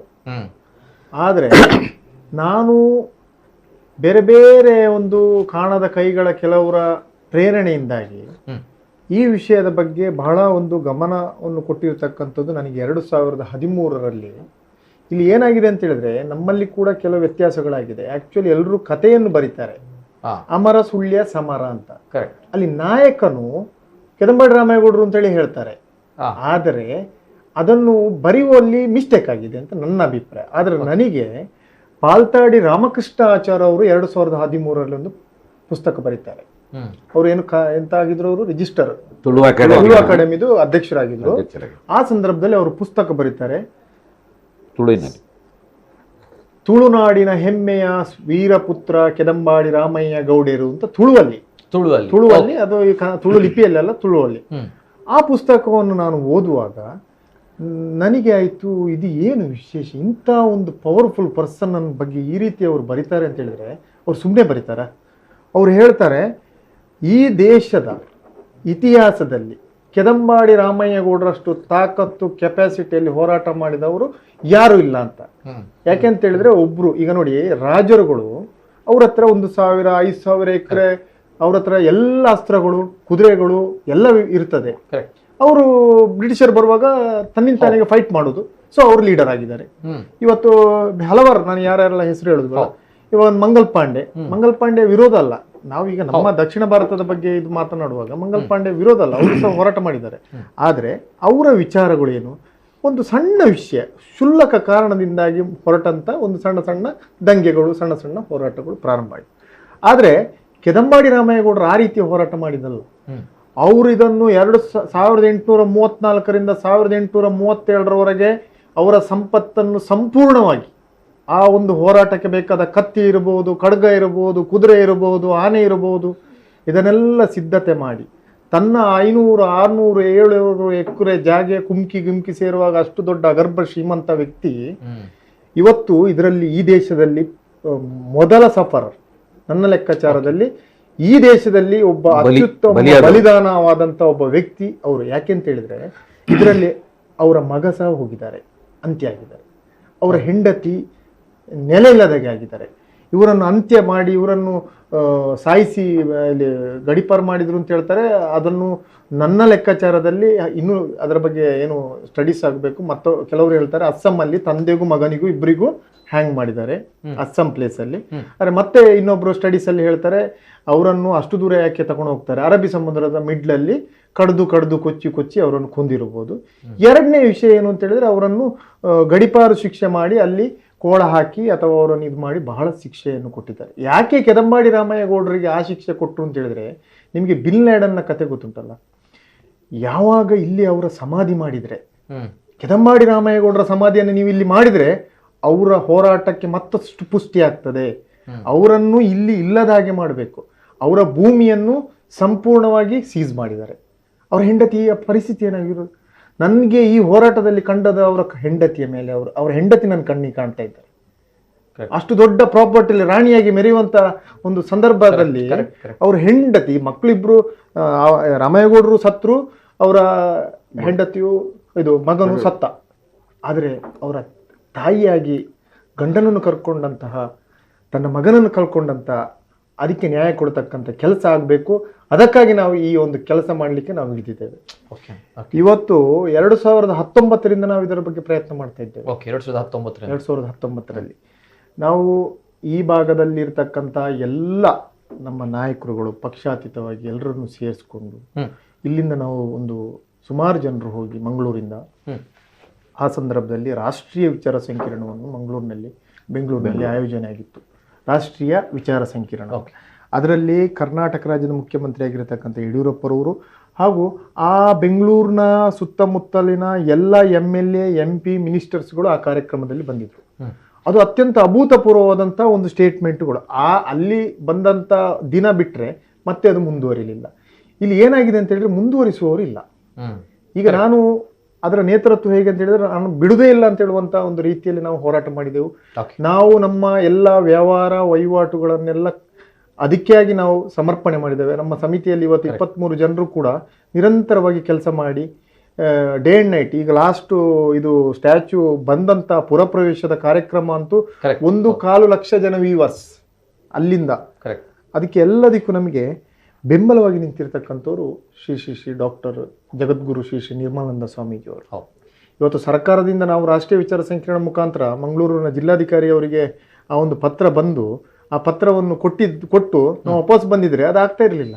ಅದಕ್ಕೆ ಬೇಕಾದಂಥ DPR, ಡಿಟೇಲ್ ಪ್ರಾಜೆಕ್ಟ್ ರಿಪೋರ್ಟ್ಗಳನ್ನು ಎಲ್ಲವನ್ನು ನಾವು ತಯಾರು ಮಾಡಿ ನಮ್ಮ ಸಮಿತಿಯ ಎಲ್ಲ ಪದಾಧಿಕಾರಿಗಳು, ಈಗ ನನ್ನಿಂದ ಒಬ್ಬಿನಿಂದ ಆ ಕೆಲಸ ಆಗುವುದಿಲ್ಲ, ಎಲ್ಲರೂ ಕೂಡ ತಾಕತ್ತಿರುವವರು, ಅವರು ಹಣವನ್ನು ನಾವು ವ್ಯಯ ಮಾಡಿ ಎಲ್ಲವನ್ನು ನಾವು ವ್ಯಯ ಮಾಡಿ ಇಂಥ ಒಬ್ಬ ಹೋರಾಟಗಾರನಿಗೆ, ಇವರು ಯಾವ ಜನಾಂಗದ ಹೋರಾಟಗಾರಲ್ಲ, ಇವರು ಈ ದೇಶದ ಹೋರಾಟಗಾರ, ದೇಶದ ಪ್ರಥಮ ಹೋರಾಟಗಾರ. ಇದು ದೇಶಕ್ಕೆ ಗೊತ್ತಾಗಬೇಕು. ನಾವು ಪ್ರಧಾನಮಂತ್ರಿಯವರಿಂದನೇ ಉದ್ಘಾಟನೆ ಮಾಡಬೇಕು ಅಂತ ಹೇಳುವಂಥ ಬೇಡಿಕೆ ಸರ್ ನಮ್ಮಲ್ಲಿತ್ತು. ಯಾಕೆಂತೇಳಿದ್ರೆ ಇದಕ್ಕಿಂತ ನಂತರ ಬಂದಂಥ 1857 ನಂತರ ಬಂದಂಥ ಒಬ್ಬರು ಹೋರಾಟಗಾರರಿದ್ದಾರೆ. ಅವರು ಅಲ್ಲೂರು ಸೀತಾರಾಮರಾಜು ಅಂತ. ಅದು ಮೊನ್ನೆ ಮೋದಿ ಅವರು ಆಂಧ್ರ ಪ್ರದೇಶದಲ್ಲಿ ಇದು ಮಾಡಿದ್ರು. ಅದು 1900 ಅಂದರೆ 50 ವರ್ಷ ನಂತರ ಆ ಕಾರ್ಯಕ್ರಮಕ್ಕೆ ಮೋದಿಜಿಯವರು ಬಂದು ಮಾಡಿದ್ದಾರೆ. ಬಟ್ ಅವರ ಇತಿಹಾಸವನ್ನು ನಾನು ಕೂಡ ಓದಿದ್ದೇನೆ. ಅದಕ್ಕೆ ಮತ್ತೆ ಇದಕ್ಕೆ ಹೋಲಿಕೆ ಮಾಡಿದರೆ ಮೋದಿಯವರು ಅವರ ಗ್ರಾಮಕ್ಕೆ ಬಂದು ಇವರಿಗೆ ಘೋಷಿಸಬೇಕು, ಇಂಥ ಹೋರಾಟಗಾರ ಈ ದೇಶದಲ್ಲಿ ಯಾರು ಇಲ್ಲ ಅಂತ ಹೇಳುವಂಥದ್ದು. ಆ ಚರಿತ್ರೆ ಅವರನ್ನು ಓದಬೇಕು. ಯಾಕಂತ ಹೇಳಿದ್ರೆ ನಮಗೆ ಈ ಮಂಗಳೂರಿಗೆ ಗೊತ್ತಾಗ್ಲಿಕ್ಕೇನೆ ಇಷ್ಟು ಟೈಮ್ ಆಗಿದೆ. ಸುಳ್ಯದಲ್ಲಿ ಕೆಲವರು ಅದನ್ನ ಮಾಡ್ಬೇಕಾ ಬೇಡ, ಯಾಕೆ ಮಾರ ಅದೆಲ್ಲ ಅಂತೇಳಿ ಪಾಪ ಆ ಭಾವನೆ ಯಾರಿಗೂ ಸಹ ಬರ್ಲಿಕ್ಕೆ ಶುರು ಆಗ್ಲಿಲ್ಲ. ಆ ದೇಶ ಪ್ರೇಮ, ದೇಶಾಭಿಮಾನ, ಆ ರಾಷ್ಟ್ರಾಭಿಮಾನ ನಮ್ಮ ಹೃದಯದಲ್ಲಿದೆ, ನಮ್ಗಳ ಹೃದಯದಲ್ಲಿದೆ. ಅದನ್ನು ನಾವು ಪ್ರೆಸೆಂಟ್ ಮಾಡಿದ್ದೇವೆ. ಆ ಪ್ರೆಸೆಂಟಿಗೆ ಇವತ್ತು ಸರಿಯಾದಂತಹ ಉತ್ತರ ಸಿಕ್ಕಿದೆ. ಇವತ್ತು ನಾವು ಕೆದಂಬಾಡಿ ರಾಮಯ್ಯಗೌಡರು ಅವರ ಸಂಬಂಧಿಯೂ ಅಲ್ಲ ನಾವು. ಇವತ್ತು ಆ ಯುದ್ಧದಲ್ಲಿ 3 ಜನರು ಬಲಿದಾನ ಆಗಿ ಬಿಕರ್ನಕಟ್ಟೆ ನೋಡಿ, ಹೆಸರು ಆ ಊರಿಗೆ ಹೆಸರು ಬಂದಿದೆ. ಅದು ಹೇಗೆ ಹೆಸರು ಬಂದಿದೆ ಅಂತ ಗೊತ್ತಿಲ್ಲ, ಅದು ಹೆಸರುವಾಸಿ ಆಗ್ಲಿಲ್ಲ. ಇವತ್ತು ಬಾವುಟಗುಡ್ಡೆ ಇಡೀ ಭಾರತದಲ್ಲಿ ಹೆಸರುವಾಸಿ ಆಗ್ತದೆ. ಮದುವೆ ಗದ್ದೆ ಅಂತ ಹೇಳುವಂಥದ್ದು, ಯಾಕೆಂತ ಹೇಳಿದ್ರೆ ಕೆದಂಬಾಡಿ ರಾಮಯ್ಯಗೌಡರು ಮದುವೆ ಗದ್ದೆ ಅಂತ ಹೇಳುವಂಥದ್ದು ತನ್ನ ಮಗನಿಗೆ ಮದುವೆ ಅಂತ ಮಾಡಿರುವಂತ ಪ್ರದೇಶ ಅದು ಮದುವೆ ಗದ್ದೆ. ಸೊ ಅದೂನು ಹೆಸರು ಇದೆ ಮದುವೆ ಗದ್ದೆ. ಯಾಕೆ ಬಂತು, ಹೇಗೆ ಬಂತು, ಹೆಸರುವಾಸಿ ಆಗಲಿಲ್ಲ. ಇವತ್ತು ಆ 2 ಹೆಸರುಗಳು ಕೂಡ ಆ ಸ್ಟಾರ್ಟಿಂಗ್ ಪಾಯಿಂಟ್ ಇಂದ ಎಂಡ್ ಪಾಯಿಂಟ್ 90 ಕಿಲೋಮೀಟರ್ ನೀವು ಯೋಚನೆ ಮಾಡಿ. 90 ಕಿಲೋಮೀಟರ್ ಇಲ್ಲಿಗೆ ಬಂದು ಬಾವುಟ ಹಾರಿಸಿ ಇಲ್ಲಿ ರೂಲ್ ಮಾಡಿ ಮತ್ತೆ ಶಿವಮೊಗ್ಗದಲ್ಲಿ ತನ್ನ ಒಂದು ಏನು ಎಲ್ಲಿ ಅವರು ಶಿವಮೊಗ್ಗದಲ್ಲಿ ಹೋರಾಟ ಮಾಡ್ಲಿಕ್ಕೆ ಇವರು ಇಲ್ಲಿಂದ ಹೊರಟರು. ರಾಮಯ್ಯಗೌಡರು ಶಿವಮೊಗ್ಗದಲ್ಲಿ ಹೋರಾಟ ಮಾಡಿ ರಿಟರ್ನ್ ಬರುವಾಗ ಕಬ್ಬಿನಾಲೆಯಲ್ಲಿ ಪುನಃ ಇವರನ್ನು ಅರೆಸ್ಟ್ ಮಾಡಿದ್ದು ಅಂತ ಹೇಳುವಂತ ಕೆಲವು ಉಲ್ಲೇಖ ಎಲ್ಲ ಇದೆ. ಸೊ ಅವರು ಒಟ್ಟು ಈ ದೇಶವಾದ ಸ್ವಾತಂತ್ರ್ಯ ಹೋರಾಟ ಮಾಡಬೇಕು ಅಂತ ಹೇಳುವಂತ ಒಂದೇ ಒಂದು ಉದ್ದೇಶ ಅವರಲ್ಲಿ ಇದ್ದದ್ದು. ಅವತ್ತು ಅವ್ರು ಮಾಡಿರೋದ ಹೋರಾಟಕ್ಕೆ ಇವತ್ತು ಕರ್ನಾಟಕ ಸರ್ಕಾರ, ಈ ಭಾಗದ ಸಂಸದರು, ಈ ಭಾಗದ ಶಾಸಕರು, ಹಾಗೇನೆ ನಮ್ಮ ನಮ್ಮ ಮೇಯರು, ನಿಜವಾಗಿ ಅವರೊಬ್ಬ ನನ್ನ ಯಾಕೆಂತ ಹೇಳಿದ್ರೆ ಈ ಹೋರಾಟದಲ್ಲಿ ಬಂಟ್ರು, ಬಿಲ್ಲವರು ಎಲ್ಲರೂ ಈಗ ನೋಡಿ ನಮಗೆ 1115 ಜನರ ಮೇಲೆ ಕೇಸ್ ಆಗಿದೆ. ಇದರಲ್ಲಿ ಕೇಸ್ ಪ್ರೊಸೀಡಿಂಗ್ಸ್ ಅಲ್ಲಿ ಅದರಲ್ಲಿ 400, 500, 600 ಜನರ ಮೇಲೆ 1 ವರ್ಷ 6 ತಿಂಗಳು ಜೈಲಲ್ಲಿ ಬಿಟ್ಟಿದ್ದಾರೆ. ಆದರೆ 96 ಜನರ ಮೇಲೆ 18 ವರ್ಷ ಜೈಲು, ಜೀವಾವಧಿ ಶಿಕ್ಷೆ, ಮರಣದಂಡನೆ ಶಿಕ್ಷೆ, ಗಡೀಪಾರು ಶಿಕ್ಷೆ, ಈ ಎಲ್ಲ ಶಿಕ್ಷೆಯನ್ನು ಅನುಭವಿಸಿರ್ತಕ್ಕಂಥವ್ರು ಓನ್ಲಿ ಒಂದು ಸಮುದಾಯದವರಲ್ಲ, ಅಲ್ಲಿ ಬ್ರಾಹ್ಮಣ ಸಮುದಾಯದವರು ಇದರಲ್ಲಿ ಹೆಚ್ಚು ಪಾತ್ರವನ್ನು ವಹಿಸಿದೆ. ಮುಚ್ಚಲ್ತಾಯ ವಾಸುದೇವ್ ಇರ್ಬೋದು ಅಥವಾ ಬೇರೆ ಬೇರೆ ಸಮುದಾಯದವರು. ಬಂಟು ಸಮುದಾಯದವರ ಈಗ 8-9 ಜನರ ಹೆಸರು ಅದರಲ್ಲಿ ಬರ್ತಾ ಇದೆ. ಇವತ್ತು ವೀರಣ್ಣ ಬಂಟ, ನಡಂಪಳ್ಳಿ ದೇವಪ್ರೈ ಅಥವಾ ಭೂಸಣ್ಣ ಶೆಟ್ಟಿ. ಸೊ ಹೀಗೆ ಮುಸ್ಲಿಂ ಸಮುದಾಯದವರು 8-9 ಜನರ ಮುಸ್ಲಿಂ ಸಮುದಾಯದವರ ಹೆಸರು ಬರ್ತಾ ಇದೆ. ಮೊಗವೀರ ಸಮುದಾಯದವರು, ಬೆಳ್ಚಪ್ಪಾಡ್ ಅಂತ ಹೇಳ್ತಕ್ಕಂಥ ಒಂದು ಸಣ್ಣ ಕಮ್ಯುನಿಟಿಯವರು, ಕೊಟ್ಟಾರಿ ಕುഞ്ഞി ಅಂತ ಹೇಳಿದ್ರೆ ಕೊಟ್ಟಾರಿ ಕಮ್ಯುನಿಟಿಯವರು. ನೋಡಿ, ಇದೆಲ್ಲ ಬ್ರಿಟಿಷ್ ದಾಖಲೆಯಲ್ಲಿ ಸಿಕ್ಕಿರುವಂತ ಹೆಸರು. ಈಗ ನಾನು ಇಷ್ಟವರೆಗೆ ಮಾತನಾಡಿರ್ತಕ್ಕಂಥದ್ದು, ಇವರು ಇಷ್ಟವರೆಗೆ ಮಾತನಾಡಿರ್ತಕ್ಕಂಥ ವಿತ್ ಡಾಕ್ಯುಮೆಂಟ್ಸ್. ಕರೆಕ್ಟ್. ನಾವು ಯಾವುದೇ ಕಾರಣಕ್ಕೆ ಯಾವುದು ನಮಗೆ ಏನು ಗೊತ್ತಿರಲಿಲ್ಲ. ಈ ಡಾಕ್ಯುಮೆಂಟ್ಸ್ ಪ್ರಕಾರ ನಾವು ಪ್ರೆಸೆಂಟ್ ಮಾಡಿದಕ್ಕೆ ನಮಗೆ ಮಂಗಳೂರಿನಲ್ಲಿ ನಮ್ಮ ಪ್ರೇಮಾನಂದ ಶೆಟ್ಟರು ಮೋಸ್ಟ್ಲಿ ಯಾವುದೋ ನಡಂಪಳ್ಳಿ ದೇವಪ್ರಯ್ಯ ಅಥವಾ ವೀರಣ್ಣ ಬಂಟ್ರ ಪೂರ್ವಜರಾಗಿದ್ರೆ ಗೊತ್ತಿಲ್ಲ, ಅವರಂತೂ ಇದರಲ್ಲಿ ಸಂಪೂರ್ಣವಾಗಿ ಇದಕ್ಕೆ ನ್ಯಾಯ ಕೊಡುವಂತದಕ್ಕೆ ನಮ್ಗೆ ಬೆಂಬಲವಾಗಿ ನಿಂತರು. ಪ್ರೇಮಾನಂದ ಶೆಟ್ಟಿ ಮಾಜಿ ಮೇಯರು. ಅಷ್ಟು ನಾವು ಅವರನ್ನೊಂದು ಇಷ್ಟರವರೆಗೂ 150 ಸರಿ ಭೇಟಿಯಾಗಿರ್ಬೋದು. ನಮಗೆ ಈ ವಿಚಾರದ ಬಗ್ಗೆ ನಾವು ಸಮಿತಿಯವರು ಹೋದ್ರೆ ನಮಗೆ ವಿಶೇಷವಾದಂತ ರೆಸ್ಪೆಕ್ಟ್. ಯಾಕೆ ರೆಸ್ಪೆಕ್ಟ್ ಕೊಡ್ತಾರೆ? ಸ್ವತಂತ್ರ ಹೋರಾಟಗಾರರ ಪರವಾಗಿ ಬಂದವರು. ಸೊ ಎಲ್ಲ ರೀತಿಯಲ್ಲಿ ನಮಗೆ ಎಲ್ಲರೂ ಕೂಡ ಇದರಲ್ಲಿ ಬೆಂಬಲ ಕೊಟ್ಟಿದ್ದಾರೆ. ಸಂಸದರು ಕೊಟ್ಟಿದ್ದಾರೆ, ಶಾಸಕರು ಕೊಟ್ಟಿದ್ದಾರೆ, ಅದೇ ರೀತಿ ಬೇರೆ ಪಕ್ಷದ ನಾಯಕರುಗಳು ಕೂಡ ಇದರಲ್ಲಿ ಪಕ್ಷಾತೀತವಾಗಿ ಎಲ್ಲರೂ ಕೂಡ ಇದರಲ್ಲಿ ಬೆಂಬಲ. ಇವತ್ತು ಎಲ್ಲ ಮಂಗಳೂರಿನಲ್ಲಿ ಇರ್ತಕ್ಕಂಥ ಸರ್ವ ಜನಾಂಗದ ಒಂದು ಮೂರ್ತಿಯಾಗಿ ಇವತ್ತು ಇಲ್ಲಿ ಕೆದಂಬಾಡಿ ರಾಮಯ್ಯಗೌಡರು ನಿಂತಿದ್ದಾರೆ. ಅವರ ಹೆಸರು ಚಿರಸ್ಥಾಯಿಯಾಗಿ ಉಳಿಬೇಕು ಅಂತ ಹೇಳುವಂಥದ್ದಕ್ಕೆ ನಮಗೆ ಸಹಕಾರ ಮಾಡಿರ್ತಕ್ಕಂಥ ಎಲ್ಲ ಸರ್ಕಾರಕ್ಕೂ ಹಾಗೂ ಎಲ್ಲ ಆಡಳಿತ ಪಕ್ಷದ ನಾಯಕರುಗಳಿಗೂ ವಿರೋಧ ಪಕ್ಷದವರು ಎಲ್ಲರಿಗೂ ಕೂಡ ನಾನು ಸಮಿತಿಯ ವತಿಯಿಂದ ಧನ್ಯವಾದ. ಒಂದು ಮಾತು ತಾವು ಮಾತಾಡ್ದಾಗ ಒಂದು ಮಾತನ್ನ ಹೇಳಿದ್ರಿ, ನಾವು ಕೆದಂಬಾಡಿ ರಾಮಯ್ಯಗೌಡ ಕುಟುಂಬದವರು ಅಲ್ವಾ, ನಮ್ಗೆ ಗೊತ್ತಿಲ್ಲ ಅನ್ನುವಂಥದ್ದು. ಹಾಗಾದ್ರೆ ತಾವು ಹೇಳಿದಾಗ ಈಗ ಕೆದಂಬಾಡಿ ರಾಮಯ್ಯಗೌಡ ಕುಟುಂಬದವರು ಇದಾರಾ, ಫ್ಯಾಮಿಲಿ ಇದೆಯಾ ಅನ್ನುವಂತ ಪ್ರಶ್ನೆ ಬರುತ್ತೆ. ಕೆದಂಬಾಡಿ ರಾಮಯ್ಯಗೌಡರ ಫ್ಯಾಮಿಲಿಯಲ್ಲಿ ಅವರ ಒಂದು ವಿಂಗ್ ಕಟ್ ಆಗಿದೆ, ಮತ್ತೆ ಅವರು ದೊಡ್ಡ ಫ್ಯಾಮಿಲಿ ಆಗ್ಲೇ ಅವರು ಬಾರಿ ಇದು. ಯಾಕೆಂತ ಹೇಳಿದ್ರೆ ದಾಖಲೆಗಳ ಪ್ರಕಾರ ನಮಗೆ ಮೊನ್ನೆ ಒಬ್ರು ಫೋನ್ ಮಾಡಿ ಹೇಳಿದ್ರು, ಕೆದಂಬಾಡಿ ರಾಮಯ್ಯಗೌಡರು ಮಿತ್ತೂರು ರಾಯರು ಉಳ್ಳಾಕುಲು ದೇವಸ್ಥಾನದ ಮುಕ್ತೇಶ್ವರರಾಗಿದ್ರು. ಅದು ಎಲ್ಲ ತುಂಬಾ ಸ್ಟೋರಿ ಇದೆ. ಅವರು ಆಗ ದೇವರಿಗೆ ಇದು ಹಿಡಿಯುವಂತ ಏನೋ ಕೊಡೆ ಇಡುವಂತದ್ದು ಸಾಮಾನ್ಯ ವಿಷಯ ಅಲ್ಲ. ಇವರ ದೆವ್ವಕ್ಕೆ ಹಿಡಿಯುವ ಕೊಡೆಯನ್ನು ಇನ್ನೊಬ್ಬ ಇವನಿಗೆ ಹಿಡಿಸಿದ್ದಾರೆ. ಅವರಾಗ ತಾಕತ್ತು, ಆ ಕೆಪಾಸಿಟಿ, ಮತ್ತೆ ಏನ್ ನೀವು ಕೇಳಿರುವಂತದ್ದು ಅವ್ರ ಕುಟುಂಬದವರು ಇದ್ದಾರೆ. ಅವರ ಕುಟುಂಬದವರು ಕುಟುಂಬದವರು ನಿಮಗೆ ಒಳ್ಳೆ ಪೋಸ್ಟಿಂಗಲ್ಲಿ ಒಳ್ಳೆ ಇದರಲ್ಲಿ ಇದ್ದಾರೆ. ಈಗ ನೋಡಿ ಡಾಕ್ಟರ್ ರಕ್ಷಿತ್ ಕೆದಂಬಾಡಿ ಅಂತ ಹೇಳಿದ್ದಾರೆ, ನ್ಯೂರೋಲಜಿಸ್ಟ್ ಮಂಗಳೂರಿನಲ್ಲಿ. ಅವ್ರು is famous. Devaprasad Shetty first ನ್ಯೂರೋದಲ್ಲಿ ಅವರು ಫೇಮಸ್ ರಕ್ಷಿತ್ ಕೆದಂಬಾಡಿ ಅಂತ. ಅವರು ಕೂಡ ಇವರ ಕುಟುಂಬದವರೇ. ಮತ್ತೆ ಈಗ ನೀವು ಆಗ ಹೇಳಿದಾಗೆ ಹಲವಾರು ಕುಟುಂಬಸ್ಥರು. ಹಾಗಾದ್ರೆ ಕೆದಂಬಾಡಿ ಅವರ ಕುಟುಂಬ ಇದೆ. ಕೆದಂಬಾಡಿ ಈಗ ಹೈಯೆಸ್ಟ್ ದೊಡ್ಡ ಕುಟುಂಬ ಅದು. ರೈಟ್. ಈ ಸಂದರ್ಭ ನಾನು ಕೆಲವು ವಿಚಾರಗಳ ಬಗ್ಗೆ ಮಾತಾಡಬೇಕು. ಎಸ್ ಸರ್, ಈಗ ಬಾವುಟ ಗುಡ್ಡೆಯಲ್ಲೇ ಕೆದಂಬಾಡಿ ಅವರ ಒಂದು ಪ್ರತಿಮೆ ನಿರ್ಮಾಣಗೊಳ್ಳುತ್ತೆ ಅಂತ ಬಂದಾಗ ಅದರ ಹಿಂದಿರುವಂತಹ ಒಂದು ಕಥೆಯೂ ಕೂಡ ಇದೆ. ಏನ್ ಹೇಳ್ತಾರೆ ಸರ್, ಎಷ್ಟು ಪ್ರಾಮುಖ್ಯತೆಯನ್ನ ಪಡೆದುಕೊಳ್ಳುತ್ತೆ ಈ ಬಾವುಟ ಗುಡ್ಡೆಯಲ್ಲಿ ಕೆದಂಬಾಡಿ ಅವರ ಒಂದು ಪ್ರತಿಮೆ?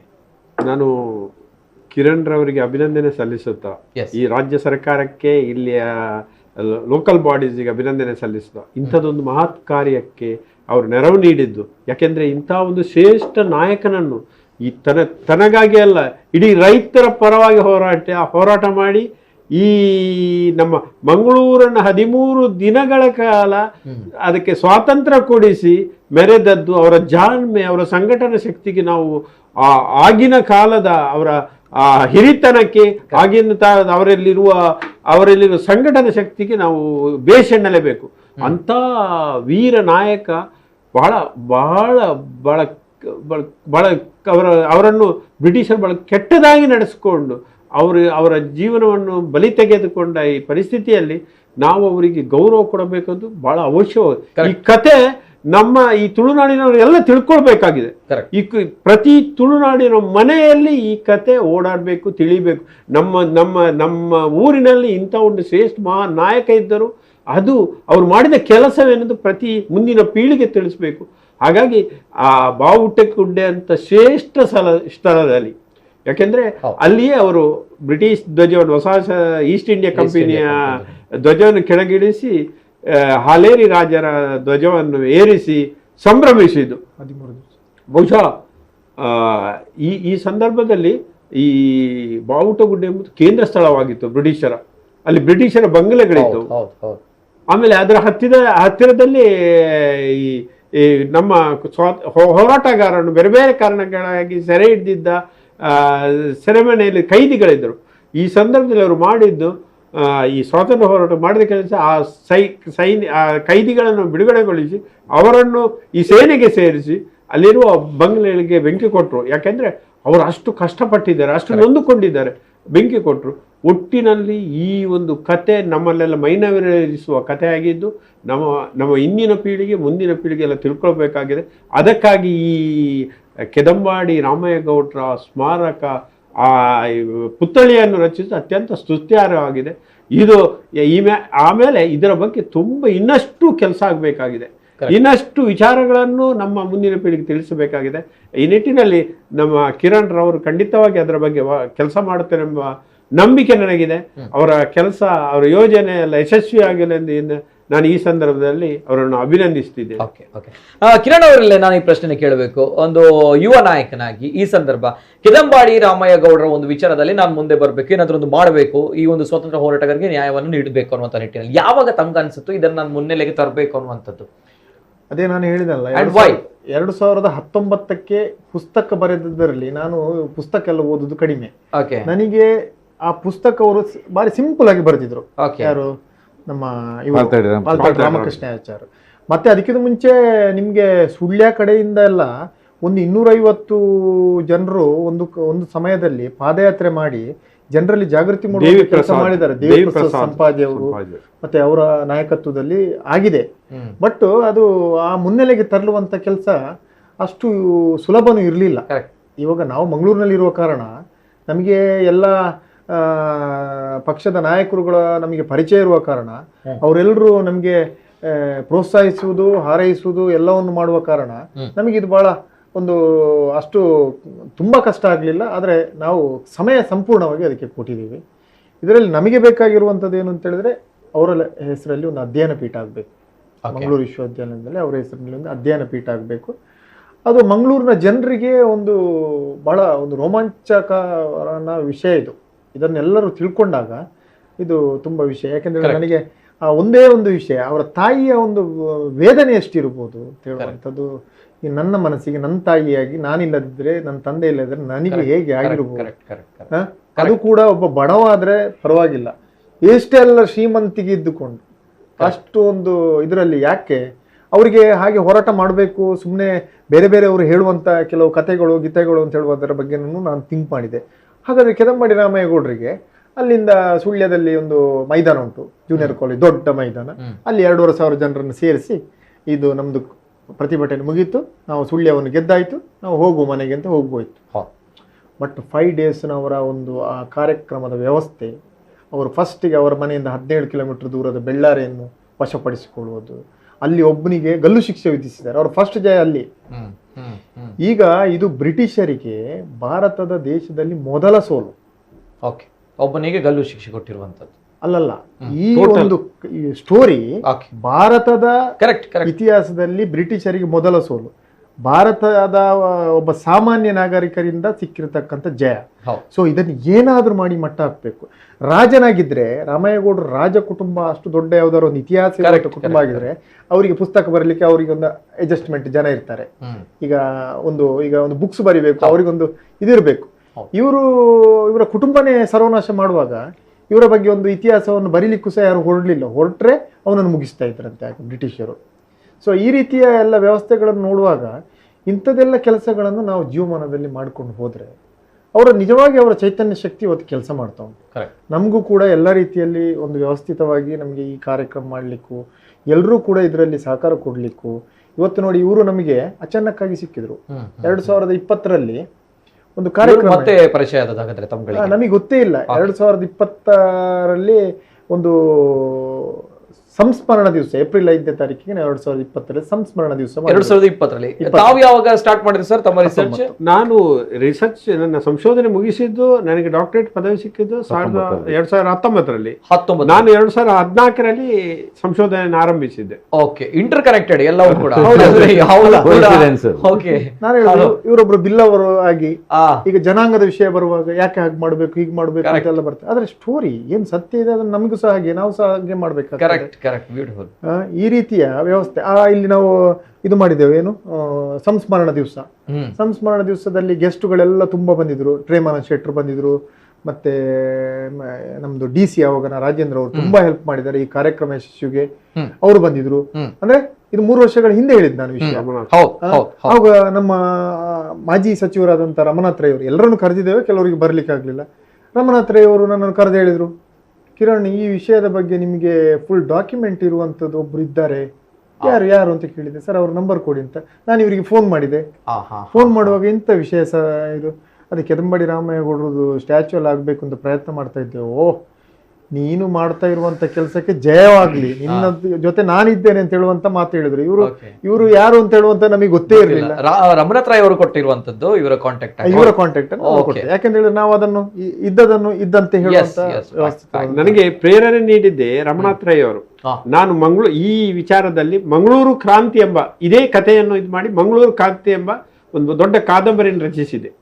ನನ್ನ ಸಂಶೋಧನಾ ಅಧ್ಯಯನ ಸ್ಟಾರ್ಟ್ ಮಾಡುವಾಗ, ಯಾಕೆಂದ್ರೆ ತುಂಬಾ ಗೊಂದಲಗಳಿದ್ದು ನನಗೆ ಹೇಗೆ ಮುಂದೆ ಹೋಗ್ಬೇಕಂತ ಕಷ್ಟ ಆಗಿತ್ತು. ಕೆಲವು ಬೇರೆ ಬೇರೆ ತಪ್ಪು ತಿಳುವಳಿಕೆಗಳಿದ್ದು. ಹಾಗೆ ಮಾಡುವಾಗ ನಾನು ಮಂಗಳೂರು ಕ್ರಾಂತಿ ಎಂಬ ಕಾದಂಬರಿಯನ್ನು ರಚಿಸಿದೆ. ಆಮೇಲೆ ಈ ಒಂದು ನಾಟಕ ರಚಿಸಿದೆ, ಭೀಕರ ನ್ಯಾಯಕಟ್ಟೆ ಅಂತ. ಭೀಕರನ ಕಟ್ಟೆ ಉಂಟಲ್ಲ, ಭೀಕರ ನ್ಯಾಯಕಟ್ಟೆ ಅಂತ. ಆಕ್ಚುಲಿ ಭೀಕರನ ಕಟ್ಟೆ ಅಂತ ಹೇಳುವಂಥದ್ದು ಇದರಲ್ಲಿ ರಾಮಯ್ಯಗೌಡರು ಮತ್ತು ಅವರನ್ನೆಲ್ಲ ಏನು ಮಾಡಿದ್ರು ಎಲ್ಲ ಹೇಳಿದಿವಲ್ಲ. ಇಲ್ಲಿ 3 ಜನರು ಯಾರೆಲ್ಲ ಸಹಕಾರ ಕೊಟ್ಟರು ಅವರನ್ನು 3 ಜನ ಹಿಡ್ಕೊಂಡು ಗಲ್ಲಿಗೆ ಏರಿಸಿದ್ರು. ಹೆಣ ತೆಗಿಲಿಲ್ಲ, ಅಲ್ಲಿ ಹೆಣ ನೇತಾಡ್ಕೊಂಡು ನಾಯಿಗಳು. ಅದರಲ್ಲಿ ನೋಡಿ ಉಪ್ಪಿನಂಗಡಿ ಮಂಜ ಅಂತ, ಅದು ಯಾರು? ಕೆದಂಬಾಡಿ ರಾಮಯ್ಯಗೌಡರ ಮಗಳ ರಿಲೇಷನ್. ಉಪ್ಪಿನಂಗಡಿ ಮಂಜ ಅಂತ ಸಂಬಂಧಿ, ಕೆದಂಬಾಡಿ ರಾಮಯ್ಯಗೌಡರ ಸಂಬಂಧಿ. ಅವನನ್ನು ಹೆಂಗ್ ಮಾಡಿದ್ರು? ಲಕ್ಷ್ಮಪ್ಪ ಬಂಗಾರಸನ್ ಮಾಡಿದ್ರು. ಕಲ್ಯಾಣ ಸ್ವಾಮಿ, ಮತ್ತೊಬ್ಬ ಕಲ್ಯಾಣ ಸ್ವಾಮಿ ಅಂತೇಳಿ ಬಂದಿದ್ದ, ಅವನನ್ನು ಹೆಂಗ್ ಮಾಡಿದ್ರು. ಸೊ ಇವರನ್ನು ಹೆಂಗ್ ಮಾಡಿ ಇನ್ನು ಮಾಡುವಂತ ರೀತಿಗೆ ರಾಮಯ್ಯಗೌಡರಿಗೆ ಯಾವಾಗ ಗಲ್ಲು ಶಿಕ್ಷೆ ವಿಧಿಸಿದ್ರು ಗೊತ್ತುಂಟ? ಅಲ್ಲಿ ಹೋರಾಟ ಸ್ಟಾರ್ಟ್ ಆಗುವಾಗ ಒಂದು ಇನ್ಫಾರ್ಮೇಶನ್ ಬರ್ತದಲ್ಲ. ಅವನು ಪುತ್ತೂರವರೆಗೆ ಬಂದಿದ್ದ ಲೆವಿನ್ ಬರ್ಲಿಕ್ಕೆ ಮುಂಚೆನೆ ಇಲ್ಲಿ ರಾಮಯ್ಯಗೌಡರಿಗೆ ಮರಣದಂಡ ವಿಧಿಸಿಯೇ ಬಂದದಂತೆ ಅವರು ಅಲ್ಲಿಗೆ. ಬಟ್ ರಾಮಯ್ಯಗೌಡರನ್ನು ಇಲ್ಲಿ ಬಂದು ರಾಮಯ್ಯಗೌಡರು ಇವರನ್ನೇ ಹಿಡಿದ್ರಲ್ಲ, ಇವರಲ್ಲಿ ಇದು ರಕ್ತಸಿಕ್ತ ಹೋರಾಟ ಆಗಿದೆ ಇಲ್ಲಿ. ಅವರು ಸುಮಾರು ಸತ್ತಿದ್ದಾರೆ, ಅವರು ಸುಮಾರು ಹೋಗಿದ್ದಾರೆ ಇದರಲ್ಲಿ. ನಮ್ಮವರು ಕೂಡ ಆ ಹೋರಾಟದಲ್ಲಿ ಯಶಸ್ಸು ಬರಲಿಕ್ಕೆ ಕಾರಣ ಇಲ್ಲಿ 10,000 ಜನ ಸೇರಿಸುವಂತ 10,000 ಜನ ಬಂದಿದ್ದಾರೆ. ಇದೊಂದು ಬಹಳ ಒಂದು ವಿಶೇಷ. 10,000 ಅಂತ ನಾವು ಬರಿದಲ್ಲ, ಯಾರು ಬರ್ದಿದ್ದು? ಬರ್ದದ್ದು ಯಾರು? ಇತಿಹಾಸ ಯಾರು ಅವರೇ ಬರ್ದದ್ದು, ಬ್ರಿಟಿಷ್ ಅಧಿಕಾರಿಗಳೇ ಬರೆದಿರುವಂತಹ ಇತಿಹಾಸ. FC ಬ್ರೌನ್ ಅಂತ ಹೇಳ್ತಾನೆ, ನಾವು ಅರಮನೆಯ ಒಂದು ನಾಯಿಯನ್ನು ಬೇಕಾದ್ರೂ ರಾಜರು ಅಂತೇಳಿ ಒಪ್ತೇವೆ. ಆಗ ನಿಮಗೆ ರಾಜ ವಿಚಾರಗಳು, ರಾಜ ಯಾರು ಅವನು ಹೇಳಿದ. ಆದರೆ ವಿದೇಶದ ಒಬ್ಬ ಬ್ರಿಟಿಷರನ್ನು ಒಪ್ಪಲಿಕ್ಕೆ ರೆಡಿ ಇಲ್ಲ. ಇದನ್ನು ನಾನು ಯುದ್ಧ ಮಾಡಿ ಗೆಲ್ತೇನೆ ಅಂತ ಹೇಳುವಂಥದ್ದನ್ನು ಹೇಳಿದವರು ಕೆದಂಬಾಡಿ ರಾಮಯ್ಯಗೌಡರು. ಸೊ ಅದನ್ನು ಹಾಗೆ ಡಾಕ್ಯುಮೆಂಟ್ ಅಲ್ಲಿ ಇಟ್ಟುಕೊಂಡಿದ್ದೇನೆ ನಾನು, ಅದನ್ನು ನಾನು ನೋಡ್ಲಿಕ್ಕೆ ಇಟ್ಕೊಂಡಿದ್ದೇನೆ. ಇದರಲ್ಲಿ ಒಂದು ಇಂಟ್ರೆಸ್ಟಿಂಗ್ ಒಂದು ಸಂಗತಿ ಉಂಟು. ಇವರ ಕಿರಣ್ ರವರು ಹೇಳಿದ್ದಾರೆ, ಈ ಕಲ್ಯಾಣ ಸ್ವಾಮಿ ಎಂಬ ಇವರು ಈ ರಾಜರ ಸಂಬಂಧಿ, ಕೊಡಗು ರಾಜರ ಸಂಬಂಧಿ, ಅವರನ್ನು ಮುಖ್ಯ ನಾಯಕನನ್ನಾಗಿ ನಮ್ಮ ಕೆದಂಬಾಡಿ ರಾಮಯ್ಯಗೌಡರು ಬಿಂಬಿಸಿದರು. ಈ ವಿಚಾರ ತಿಳಿದ ಬ್ರಿಟಿಷರು ಅವರನ್ನು ಅರೆಸ್ಟ್ ಮಾಡ್ತಾರೆ, ಅರೆಸ್ಟ್ ಮಾಡಿ ಗಲ್ಲಿಗೇರಿಸ್ತಾರೆ. ಇಷ್ಟೊಂದು ನಾಯಕ ಇಲ್ಲ, ಏನ್ ಮಾಡ್ಬೇಕು ಇವರು? ಇದು ಸಿದ್ಧ ಆಗಿದೆ, ವೇದಿಕೆ ಸಿದ್ಧ ಆಗಿದೆ, ಹೋರಾಟ ಆರಂಭ ಆಗಲಿಕ್ಕೆ ಆಗಿದೆ.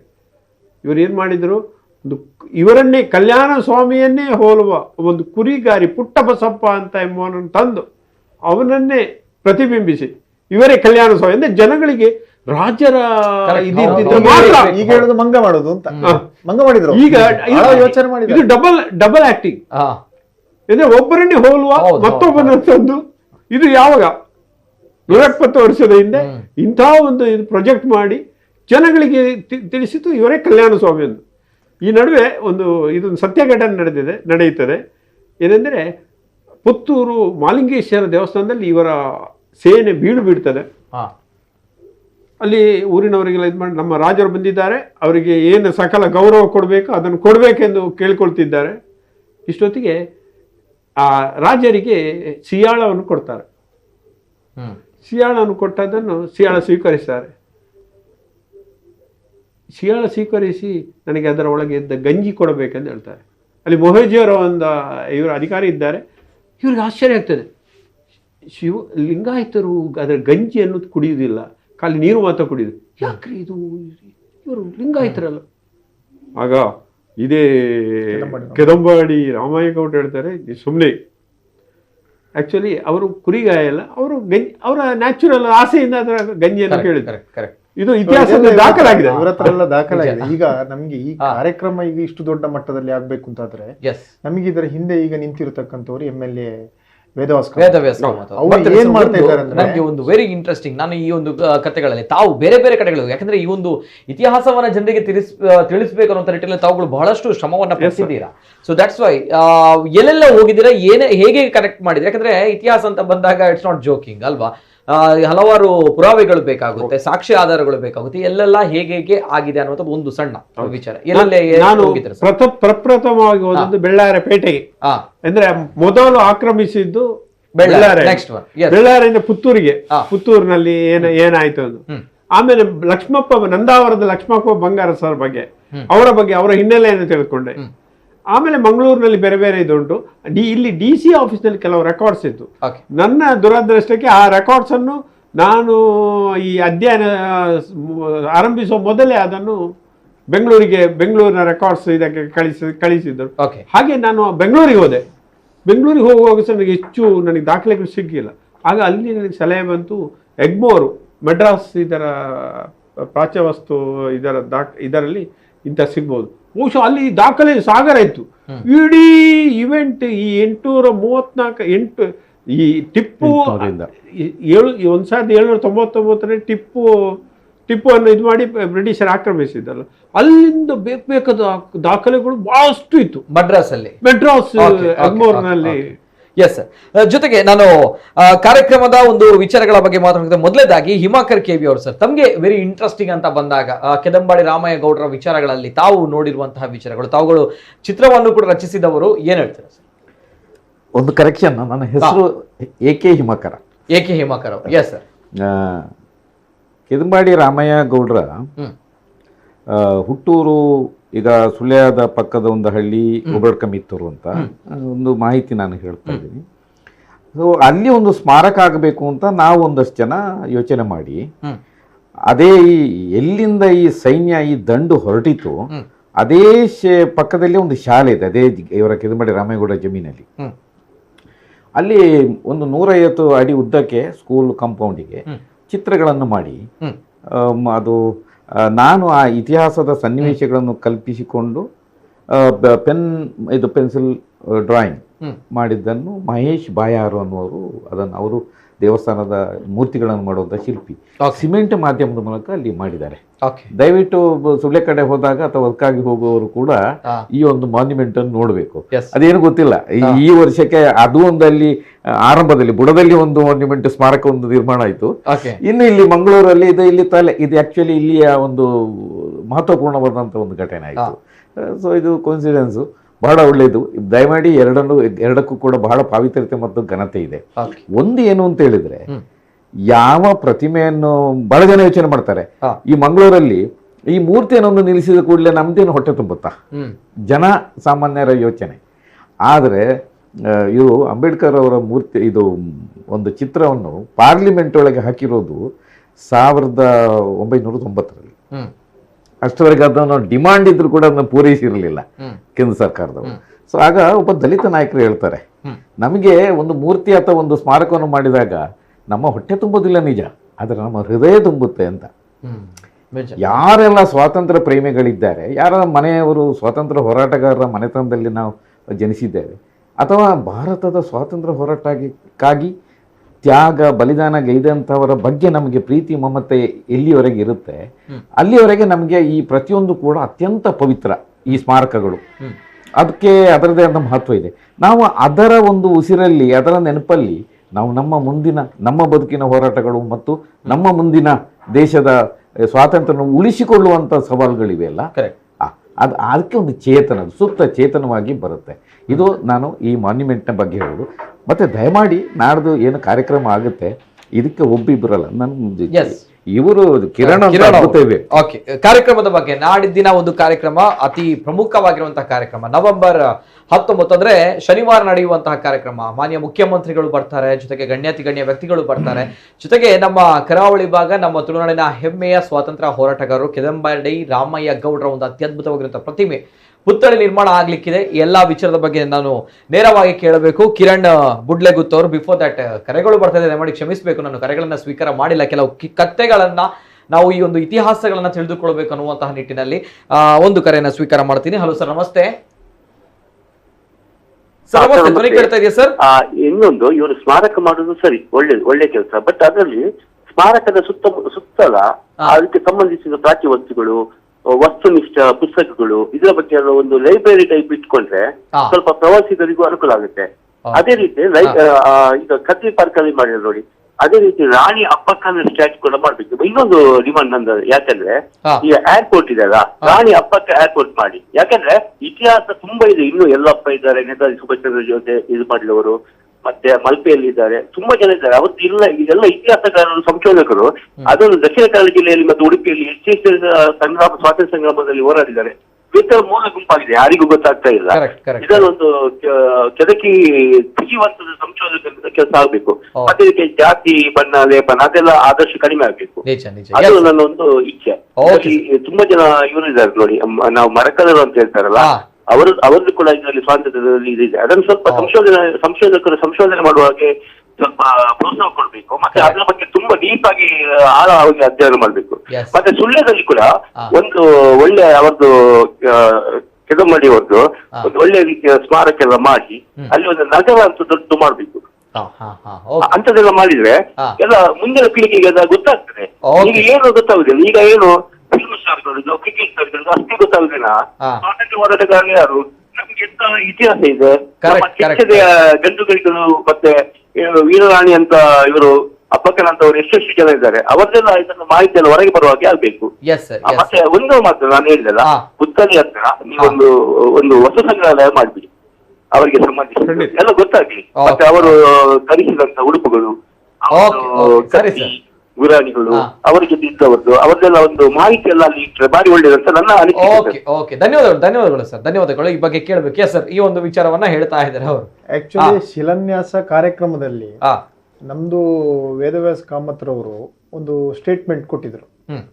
ಅದೀಗ ಏನಂದ್ರೆ ಬ್ರಿಟಿಷರ್ ಇಟ್ಟಿರ್ತಕ್ಕಂಥ ವೆಲ್ನಕ್ ಆಸ್ಪತ್ರೆ ಹೆಸರನ್ನು ಕೆದಂಬಾಡಿ ರಾಮಯ್ಯಗೌಡರ ಒಂದು ಹೆಸರು ಇಡಬೇಕು ಅಂತ ಹೇಳುವಂಥದ್ದನ್ನು ನಾವು ಇಟ್ಟಿದ್ದೆವು. ಅವರು ಆ ರೀತಿಯ ಒಂದು ವಿಷಯಕ್ಕೆ ಬಂದಾಗ ಅದು ಪ್ರಸ್ತಾಪ ಆಗಿದೆ.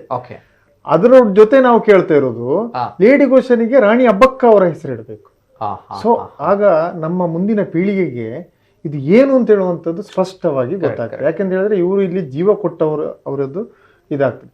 ಹಾಗೆ ವೇದವ್ಯಾಸ ಕಾಮತ್, ನಮ್ಮ ಮಾನ್ಯ ವೇದವ್ಯಾಸ ಕಾಮತ್ರವರು ಈಗ ನಮಗೆ ಒಂದು ಬಹಳ ಒಂದು ಪ್ರಚಾರ ಮಾಡುವಂತಹ ವ್ಯವಸ್ಥೆಗೆ ಕೈ ಹಿಡಿದಿದೆ. ಯಾಕಂದ್ರೆ ಕೆಲವು ರಾಜಕಾರಣಿಗಳ ಬಾಯಿಯಿಂದ ಈ ವಿಷಯ ಬರ್ತಾನೇ ಇಲ್ಲ. ನಾನು ರಾಜಕಾರಣಿಗಳ ಹತ್ರ ನಾನು ಮನವಿ ಮಾಡ್ತೇವೆ, ನೀವುಗಳು ಇದನ್ನು ಮುನ್ನೆಲೆಗೆ ಇನ್ನೂ ತರುವಂತ ಕೆಲಸ ನೀವು ಮಾಡಬೇಕು. ಯಾಕೆಂತ ಹೇಳಿದ್ರೆ ಪಕ್ಷಾತೀತವಾಗಿ ರಾಜಕಾರಣಿಗಳು ಇದನ್ನು ಮಾತನಾಡಬೇಕು, ಮೇಲೆ ಜನರಿಗೆ ತಲುಪುವಂತ ಕೆಲಸ ಮಾಡಬೇಕು. ನೀವು ಮಾಡದಿದ್ರೆ ನಾವು ಮಾಡಲಿಕ್ಕೆ ಇನ್ನೂ ಹೆಚ್ಚಿಗೆ ನಮಗೆ ಕಷ್ಟ ಆಗ್ತದೆ. ನೀವು ಸಹಕಾರ ಕೊಟ್ರೆ ಇದು ಖಂಡಿತವಾಗಿ ಆಗ್ತದೆ. ಇವತ್ತು ನಮ್ಮ MLA ಅವರು ಎಲ್ಲಿ ಕಾರ್ಯಕ್ರಮ ಆದರೂ ಕೂಡ ರಾಮೇಗೌಡರನ್ನು ನೆನೆಸ್ತಾರೆ. ಆ ಒಂದು ಅವರಿಗೂ ಸಹ ಒಂದು ದೇಶ ಪ್ರೇಮ ಇದೆ. ಅವರು ಆಕ್ಚುಲಿ ನಮಗೆ ಅವರ ಎದುರು ಕೂತ್ರೆ ಅವರು ಕೆಲವು ಸ್ಟೋರಿಯನ್ನು 13 ದಿವಸ ಈ ಜಿಲ್ಲೆಗೆ ಒಂಜಿ ಸ್ವತಂತ್ರ ಕೋರ್ನ ರಾಮೇಗೌಡರನ ಬಗ್ಗೆ ಈತನೆಟ ಇಜ್ಜತ್ತ ಹೇಳುವಂತ ಅವರ ಮನಸ್ಸು ಅವರು ಹೇಳುವಂತ ಇದು ನೋಡುವಾಗ ರಿಯಲಿ ನಾವು ಮಾಡಿದಕ್ಕೆ ನಮಗೆ ಒಂದು ಇವತ್ತು ಸಾರ್ಥಕವಾಯಿತು ಅಂತ ಹೇಳುವಂಥದ್ದು ನನ್ನ ಒಂದು ಭಾವನೆ. ಅದೇ ರೀತಿ ನಾವು ಇವತ್ತು ರಾಜಕೀಯವಾಗಿ ಯೋಚನೆ ಮಾಡಿದ್ರೆ, ಅಲ್ಲ ಇದು ಆಡಳಿತ ಪಕ್ಷದವರು ಮಾತಾಡಿದ್ರೆ ಎಲ್ಲರೂ ಕೂಡ ಇದನ್ನು ಆಲಿಸುವಂತ ಕೆಲಸ ಮಾಡ್ತಾ ಇದ್ದಾರೆ. ಅವರಿಗೆ ಇದರ ಬಗ್ಗೆ ಏನು ಅಂತ ಹೇಳಿಯೇ ಗೊತ್ತಿರಲಿಲ್ಲ ಇಷ್ಟರವರೆಗೆ. ಈ ರೆಕಾರ್ಡ್ ಅನ್ನು ಪಾಪ ಇವರು ತೆಗೆದ್ರು, ರಿಸರ್ಚ್ ಮಾಡಿದ್ರು. ಇದು ನನಗೆ ತುಂಬಾ ಸಹಕಾರ ಆಯ್ತು ಅವರು ನಮಗೆ ಕೇಳಲಿಕ್ಕೆ. ನೋಡಿ ಇದರ ಬಗ್ಗೆ ಒಂದು ಕತೆ, ನಿಮ್ಮ ರೆಕಾರ್ಡ್ ಪ್ರಕಾರ ನಮಗೆ ಏನು ಸ್ಟೋರಿ ಅದನ್ನು ಇಂಪ್ಲಿಮೆಂಟ್ ಮಾಡಲಿಕ್ಕೆ. ನಾನು ಇದರನ್ನು ಪುಸ್ತಕ ಬರೆದವರು 25 ಜನ, ಈಗ ಜಾಸ್ತಿ ಜನ ಪುಸ್ತಕ ಎಲ್ಲ ಬರಿತಾ ಇದ್ದಾರೆ. ಆದರೆ ಇವರು ಪುಸ್ತಕ ಸ್ಟ್ಯಾಚ್ಯೂ ಆಗ್ಲಿಕ್ಕೆ ಮುಂಚೆ ಬರೆದಿದ್ದಾರೆ. ಇವತ್ತು ಇವರು ಸ್ಟ್ಯಾಚ್ಯೂ ಆಗ್ಲಿಕ್ಕೆ ಮುಂಚೆ ಬರೆದಿರ್ತಕ್ಕಂಥ ಪುಸ್ತಕದ ಆಧಾರದ ಮೇಲೇನೆ ನಾನು ಏನಾದ್ರೂ ಪ್ಯಾಂಪ್ಲೆಟ್ ಏನಾದ್ರೂ ಪ್ರಿಂಟ್ ಮಾಡ್ತಕ್ಕಂಥ. ಯಾಕಂದ್ರೆ ನಮಗೆ ದಾಖಲೆ ಇಲ್ಲದಿದ್ರೆ ನಾಳೆ ಯಾವುದೇ ವ್ಯಕ್ತಿಯೊಟ್ಟಿಗೆ ನಮಗೆ ಕೋರ್ಟಿಗೆ ಹೋದ್ರು ಕೂಡ, ಎಲ್ಲಿ ಹೋದ್ರು ಕೂಡ ಫೈಟ್ ಮಾಡತಕ್ಕಂಥ ಡಾಕ್ಯುಮೆಂಟ್ಸ್ ಬೇಕು ನಮಗೆ. ಇದು ಕೋರ್ಟಿಗೆ ಹೋದ್ರೆ ಇನ್ನೂ ಇದಕ್ಕೆ ಶಕ್ತಿ ಬರ್ತಿತ್ತು ಅಲ್ಲ, ಆ ರೀತಿಯ ವಿಚಾರಗಳು. ಈಗ ಅಧ್ಯಯನ ಪೀಠ ಎಲ್ಲ ಆಗಿ ಇನ್ನು ಇದನ್ನು ಯಾರಾದ್ರೂ ಮುಂದುವರಿಸಿಕೊಂಡು ಹೋಗ್ಬೇಕು. ಸರ್ಕಾರ ಇದನ್ನು ಮುಂದುವರಿಸಬೇಕು. ಏಪ್ರಿಲ್ 5ನೇ ತಾರೀಕು ಅಲ್ಲಿ ಇನ್ನು ಸರ್ಕಾರದ ವತಿಯಿಂದನೇ ಎಲ್ಲ ಕಾರ್ಯಕ್ರಮಗಳಾಗಬೇಕು. ಇವತ್ತು ದಕ್ಷಿಣ ಭಾರತದ ಒಂದು ಸ್ವತಂತ್ರದ ಲೀಸ್ಟ್ನಲ್ಲಿ ರಾಮೇಗೌಡರು ಸೇರಬೇಕು, ಭಾರತದ ಇತಿಹಾಸದಲ್ಲಿ ಸೇರಬೇಕು. ಇದೆಲ್ಲ ಕೆಲಸ ಇವತ್ತು ನೀವು ನಮ್ಮ ಜೊತೆ ಬರ್ತೀರಾ. ಇವತ್ತು ನೀವು ಇನ್ನು ಹೇಳ್ತೀರಾ ಏನಾಯ್ತು, ಇದಾಗಬೇಕು, ಹೀಗೆ ಆಗ್ಬೇಕು. ಯಾಕೆಂದ್ರೆ ನಿಮ್ಗೆ ಸ್ಫೂರ್ತಿ ಆಗ್ತದೆ. ಯಾಕೆಂದ್ರೆ ದೇಶ ಪ್ರೇಮ ಮತ್ತು ದೇಶಾಭಿಮಾನ ಇದ್ದವರಿಗೆ ಮಾತ್ರ ಇದು ಆಗ್ತದೆ. ಆದ್ರೆ ದೇಶ ಪ್ರೇಮ ದೇಶಾಭಿಮಾನ ತನ್ನಂತಾನೆ ಬರುವುದಿಲ್ಲ. ಇಂಥ ಒಂದು ನಮ್ಮ ಇದಿದೆಯಲ್ಲ, ಎಂತದ್ದು ಕೋಪ ಬರ್ತದೆ ಬ್ರಿಟಿಷರ ಮೇಲೆ. ಇವರು ನಾನಿದ್ರು ಬಿಡ್ತಾ ಇರ್ಲಿಲ್ಲ ಅಂತ. ಸೊ ಇವರು ಸಾಯಿಸಿದ್ದಾರೆ. ಇವರಿಗೆ ನಮ್ಮ ದೇಶದ ಒಬ್ಬರನ್ನು ಮುಟ್ಟುವ ಯೋಗ್ಯತೆ ಇರ್ತಿರ್ಲಿಲ್ಲ ನಾವು ಒಗ್ಗಟ್ಟಾಗಿದ್ದಿದ್ರೆ. Correct sir. ಈಗ ನವೆಂಬರ್ ನಾಡಿದ್ದು ಕಾರ್ಯಕ್ರಮ ನಡೆಯುವಂತ ಯಾವ ರೀತಿ ಕಾರ್ಯಕ್ರಮ ನಡಲಿಕ್ಕಿದೆ ಸರ್? ಯಾರೆಲ್ಲ ಗಣ್ಯ ವ್ಯಕ್ತಿಗಳು ಬರ್ಲಿಕ್ಕಿದ್ದಾರೆ, ಜೊತೆಗೆ ಆ ಕಾರ್ಯಕ್ರಮದ ರೂಪುರೇಷೆಗಳು ಯಾವ ರೀತಿ ಇರುತ್ತೆ ಸರ್? ಈ ಒಂದು ವಿಚಾರದ ಬಗ್ಗೆ ನೇರವಾಗಿ ನಮ್ಮ ವೀಕ್ಷಕರಿಗೆ, ಬಹಳಷ್ಟು ಜನರಿಗೆ ತಾವೆಲ್ಲರೂ ಕೂಡ ಒಂದು ಗೌರವದ ಒಂದು ಆಹ್ವಾನವನ್ನ ನೀಡಬೇಕು. ಯಾಕಂತ ಹೇಳಿದ್ರೆ ಈ ಒಂದು ಪುಣ್ಯದ ಕೆಲಸ, ನಮ್ಮ ತುಳುನಾಡಿನ ಸಮರವೀರ ರಾಮಯ್ಯ ಗೌಡ್ರ ಒಂದು ಪುತ್ಥಳಿ ನಿರ್ಮಾಣ ಆಗುತ್ತೆ ಅಂತ ಬಂದಾಗ ಇದು ಪ್ರತಿಯೊಬ್ಬ ತುಳುವನ, ಪ್ರತಿಯೊಬ್ಬ ಕರಾವಳಿಗನ ಸ್ವಾಭಿಮಾನದ ಸಂಕೇತ. ಹಾಗಾಗಿ ಪ್ರತಿಯೊಬ್ಬರು ಕೂಡ ಆ ಸಂದರ್ಭ ಈ ಒಂದು ಅರ್ಥಪೂರ್ಣವಾಗಿರುವಂತಹ ಕಾರ್ಯಕ್ರಮಕ್ಕೆ ಬರಲೇಬೇಕಾಗುತ್ತೆ. ಏನ್ ಹೇಳ್ತಾರೆ ಸರ್, ಯಾವ ರೀತಿ ಕಾರ್ಯಕ್ರಮ ನಡೆಯುತ್ತೆ? ಈಗ ಸನ್ಮಾನ್ಯ ನಮ್ಮ ಶಾಸಕರು ಇದಕ್ಕೆ ಒಂದು ಹೆಸರು ಇಟ್ಟಿದ್ದಾರೆ, ಶೌರ್ಯದ ಪ್ರತಿಮೆ. Statue of gallantry. ಯಾಕಂತ ಹೇಳಿದ್ರೆ statue of unity, statue of liberty, ಮೊನ್ನೆ ನಮ್ದು ಕೆಂಪೇಗೌಡರದ ಐತೆ ಏನು ಸ್ಟ್ಯಾಚ್ಯೂ ಆಫ್ ಪ್ರಗತಿಯ ಪ್ರತಿಮೆ. ಸೊ ಈ ಕಾರ್ಯಕ್ರಮಕ್ಕೆ ಆಲ್ರೆಡಿ ಈಗ ಮುಖ್ಯಮಂತ್ರಿ ಅವ್ರದ್ದು TP ಆಗಿದೆ, ಬಂದಿದೆ. ದಯಮಾಡಿ ಕ್ಷಮಿಸಬೇಕು, ಮತ್ತೊಂದು ಕರೆ ಸ್ವೀಕಾರ ಮಾಡಿ ತದನಂತರ ನಾನು ಬರ್ತೀನಿ. ಹಲೋ ಸರ್, ನಮಸ್ತೆ. ನಮಸ್ಕಾರ. ನಮಸ್ತೆ ಸರ್, ತಮ್ಮ ಹೆಸರು ಸರ್? ಪ್ರೊಫೆಸರ್ ಬಾರ್ಕೂರ್ ಉದಯ್ ಅಂತ ನಮಸ್ತೆ ನಮಸ್ತೆ ಸರ್, ಬಾರ್ಕೂರ್ ಸರ್, ಮಾತಾಡಿ. ಪ್ರಭಾಕರ್ ನೀರ್ಮಾರ್ಗ ಅವರು PhD ಮಾಡಿರೋದು ನನ್ನ ಮಾರ್ಗದರ್ಶನದಲ್ಲಿ, ಚರಿತ್ರೆ ವಿಭಾಗದಲ್ಲಿ. ತಿಮ್ಮಕ್ಕರ್ ಅವರು ನನ್ನ ವಿಭಾಗದಲ್ಲಿ ಇತಿಹಾಸ MA ನನಗಿಂತ ಮೊದಲು ಮಾಡಿದವರು. ಕಿರಣ್ ಅವರನ್ನ ನಾನು ಮೊದಲಿಗೆ ನೋಡ್ತಾ ಇದ್ದೀನಿ. ಬಟ್ ಈ ಕಥೆಗೆ ಸಂಬಂಧಪಟ್ಟಾಗೆ ಬಹಳ ವಿವರವಾದಂತಹ ಮಾತುಗಳನ್ನ ಅವರು ಹೇಳ್ತಾ ಬಂದ್ರು. ಬಟ್ ಈಗ ಪುತ್ಥಳಿಗೆ ಅನ್ನುವಂತ ಸ್ಥಾಪನೆ ಮಾಡುವ ವಿಚಾರದ್ದು ಯಾವಾಗ್ಲೇ ಆಗ್ಬೇಕಾಗಿತ್ತು ನಮ್ಮಲ್ಲಿ.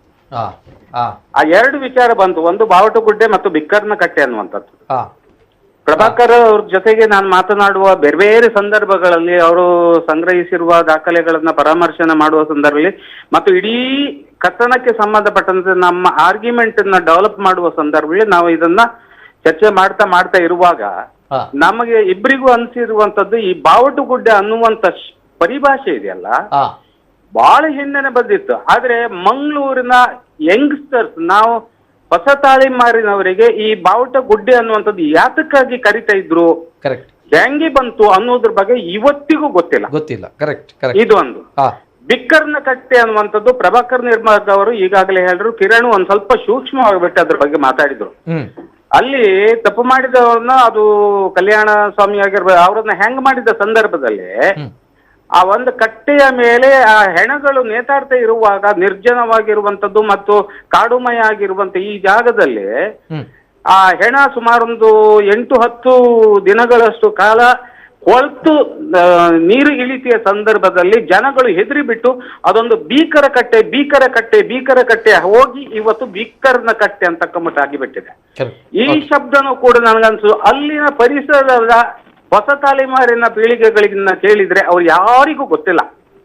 ಬಹುಶಃ ನನಗನ್ಸುವಂಥದ್ದು ಯುವಕರಿಗೆ ಅಥವಾ ಜನಸಾಮಾನ್ಯರಿಗೆ ಕಾಡ್ತಾ ಇರುವಂತದ್ದು ಇವತ್ತಿನ ದಿವಸ ಬೌದ್ಧಿಕ ದಾರಿದ್ರ್ಯ. ಜನಗಳು ಯಾರು ಓದ್ಲಿಕ್ಕೆ ಹೋಗುದಿಲ್ಲ. ಈ ತರದ ಹಳೆ ಕಥನಗಳು ಇರುವಂತ ಲೈಬ್ರರಿಯಲ್ಲಿ ಹೋಗಿಬಿಟ್ಟು ಕೂತ್ಕೊಂಡು ಓದುದಿಲ್ಲ. Unless they read. ನನಗೆ ನಾನು ಹೇಳುವಂತ ಚರಿತ್ರೆ ಕಥನಗಳನ್ನು ನಾನು ಚರಿತ್ರೆ ಅಧ್ಯಾಪಕನಾಗಿ 33 ವರ್ಷಗಳಿಂದ ವಿದ್ಯಾರ್ಥಿಗಳ ಜೊತೆಗೆ ಅನುಸಂಧಾನ ಮಾಡುವ ಸಂದರ್ಭದಲ್ಲಿ ವಿದ್ಯಾರ್ಥಿಗಳಿಗೆ ಒಂದೇ ಒಂದು ನಾನು ಗುರಿಯನ್ನ ಹೇಳ್ತಿರೋದು, ನೀವು ನಿಮ್ಮ ವಾಟ್ಸಪ್ ಆಗಿರಲು, ಸೋಷಿಯಲ್ ಮೀಡಿಯಾ ಆಗಿರಲಿ ಅಥವಾ ಆಂಡ್ರಾಯ್ಡ್ ಮೊಬೈಲ್ ಹಿಡ್ಕೊಂಡ್ಬಿಟ್ಟು ನಾವು ಏನೋ ಒಂದು ಚರ್ಚೆ ಮಾಡಿದ್ರ ಬಗ್ಗೆ ನೀವು ಆ ಮಾಹಿತಿ ಈ ಮಾಹಿತಿ ಮೊಬೈಲ್ ಮುಖಾಂತರ ಇಂಟರ್ನೆಟ್ ಮುಖಾಂತರ ತೆಗೆದುಕೊಳ್ಳುವುದಕ್ಕಿಂತ ಚರಿತ್ರೆ ಒಬ್ಬ ವಿದ್ಯಾರ್ಥಿ ಆಗಿದ್ದ ನಾನು ಹೇಳುವಂತದ್ದು ಅಂತಂದ್ರೆ ಈ ತರದ ಒಂದು ಊರಿನ ಕಥನವನ್ನ ಹೇಳುವಂತ ವ್ಯಕ್ತಿತ್ವವನ್ನ ಪುತ್ಥಳಿ ಅನ್ನುವಂಥದ್ದು ಸ್ಥಾಪನೆ ಮಾಡುವುದ್ರ ಮುಖಾಂತರ ಅಲ್ಲಿ ಏನೋ ಒಂದು 4 ಸೆಂಟೆನ್ಸ್ ನಲ್ಲಿ ಹೇಳುವುದಕ್ಕಿಂತ ಈ ಜನಗಳು ಲೈಬ್ರರಿಯಲ್ಲಿ ಇರುವಂತ ನಾನು ಗ್ರಂಥಗಳು ಅಂತ ಹೇಳಿದ ಉದ್ದ ಗ್ರಂಥಗಳನ್ನು ಕೂತ್ಕೊಂಡ್ಬಿಟ್ಟು ಓದ್ಬೇಕು. ಮಾಡಿದ್ರೆ ಮಾತ್ರ ಜನಗಳಿಗೆ ಪರಿಚಯ ಆಗುತ್ತೆ ವಿನ ಬೇರೆ ಯಾವುದೂ ಆಗೋದಿಲ್ಲ.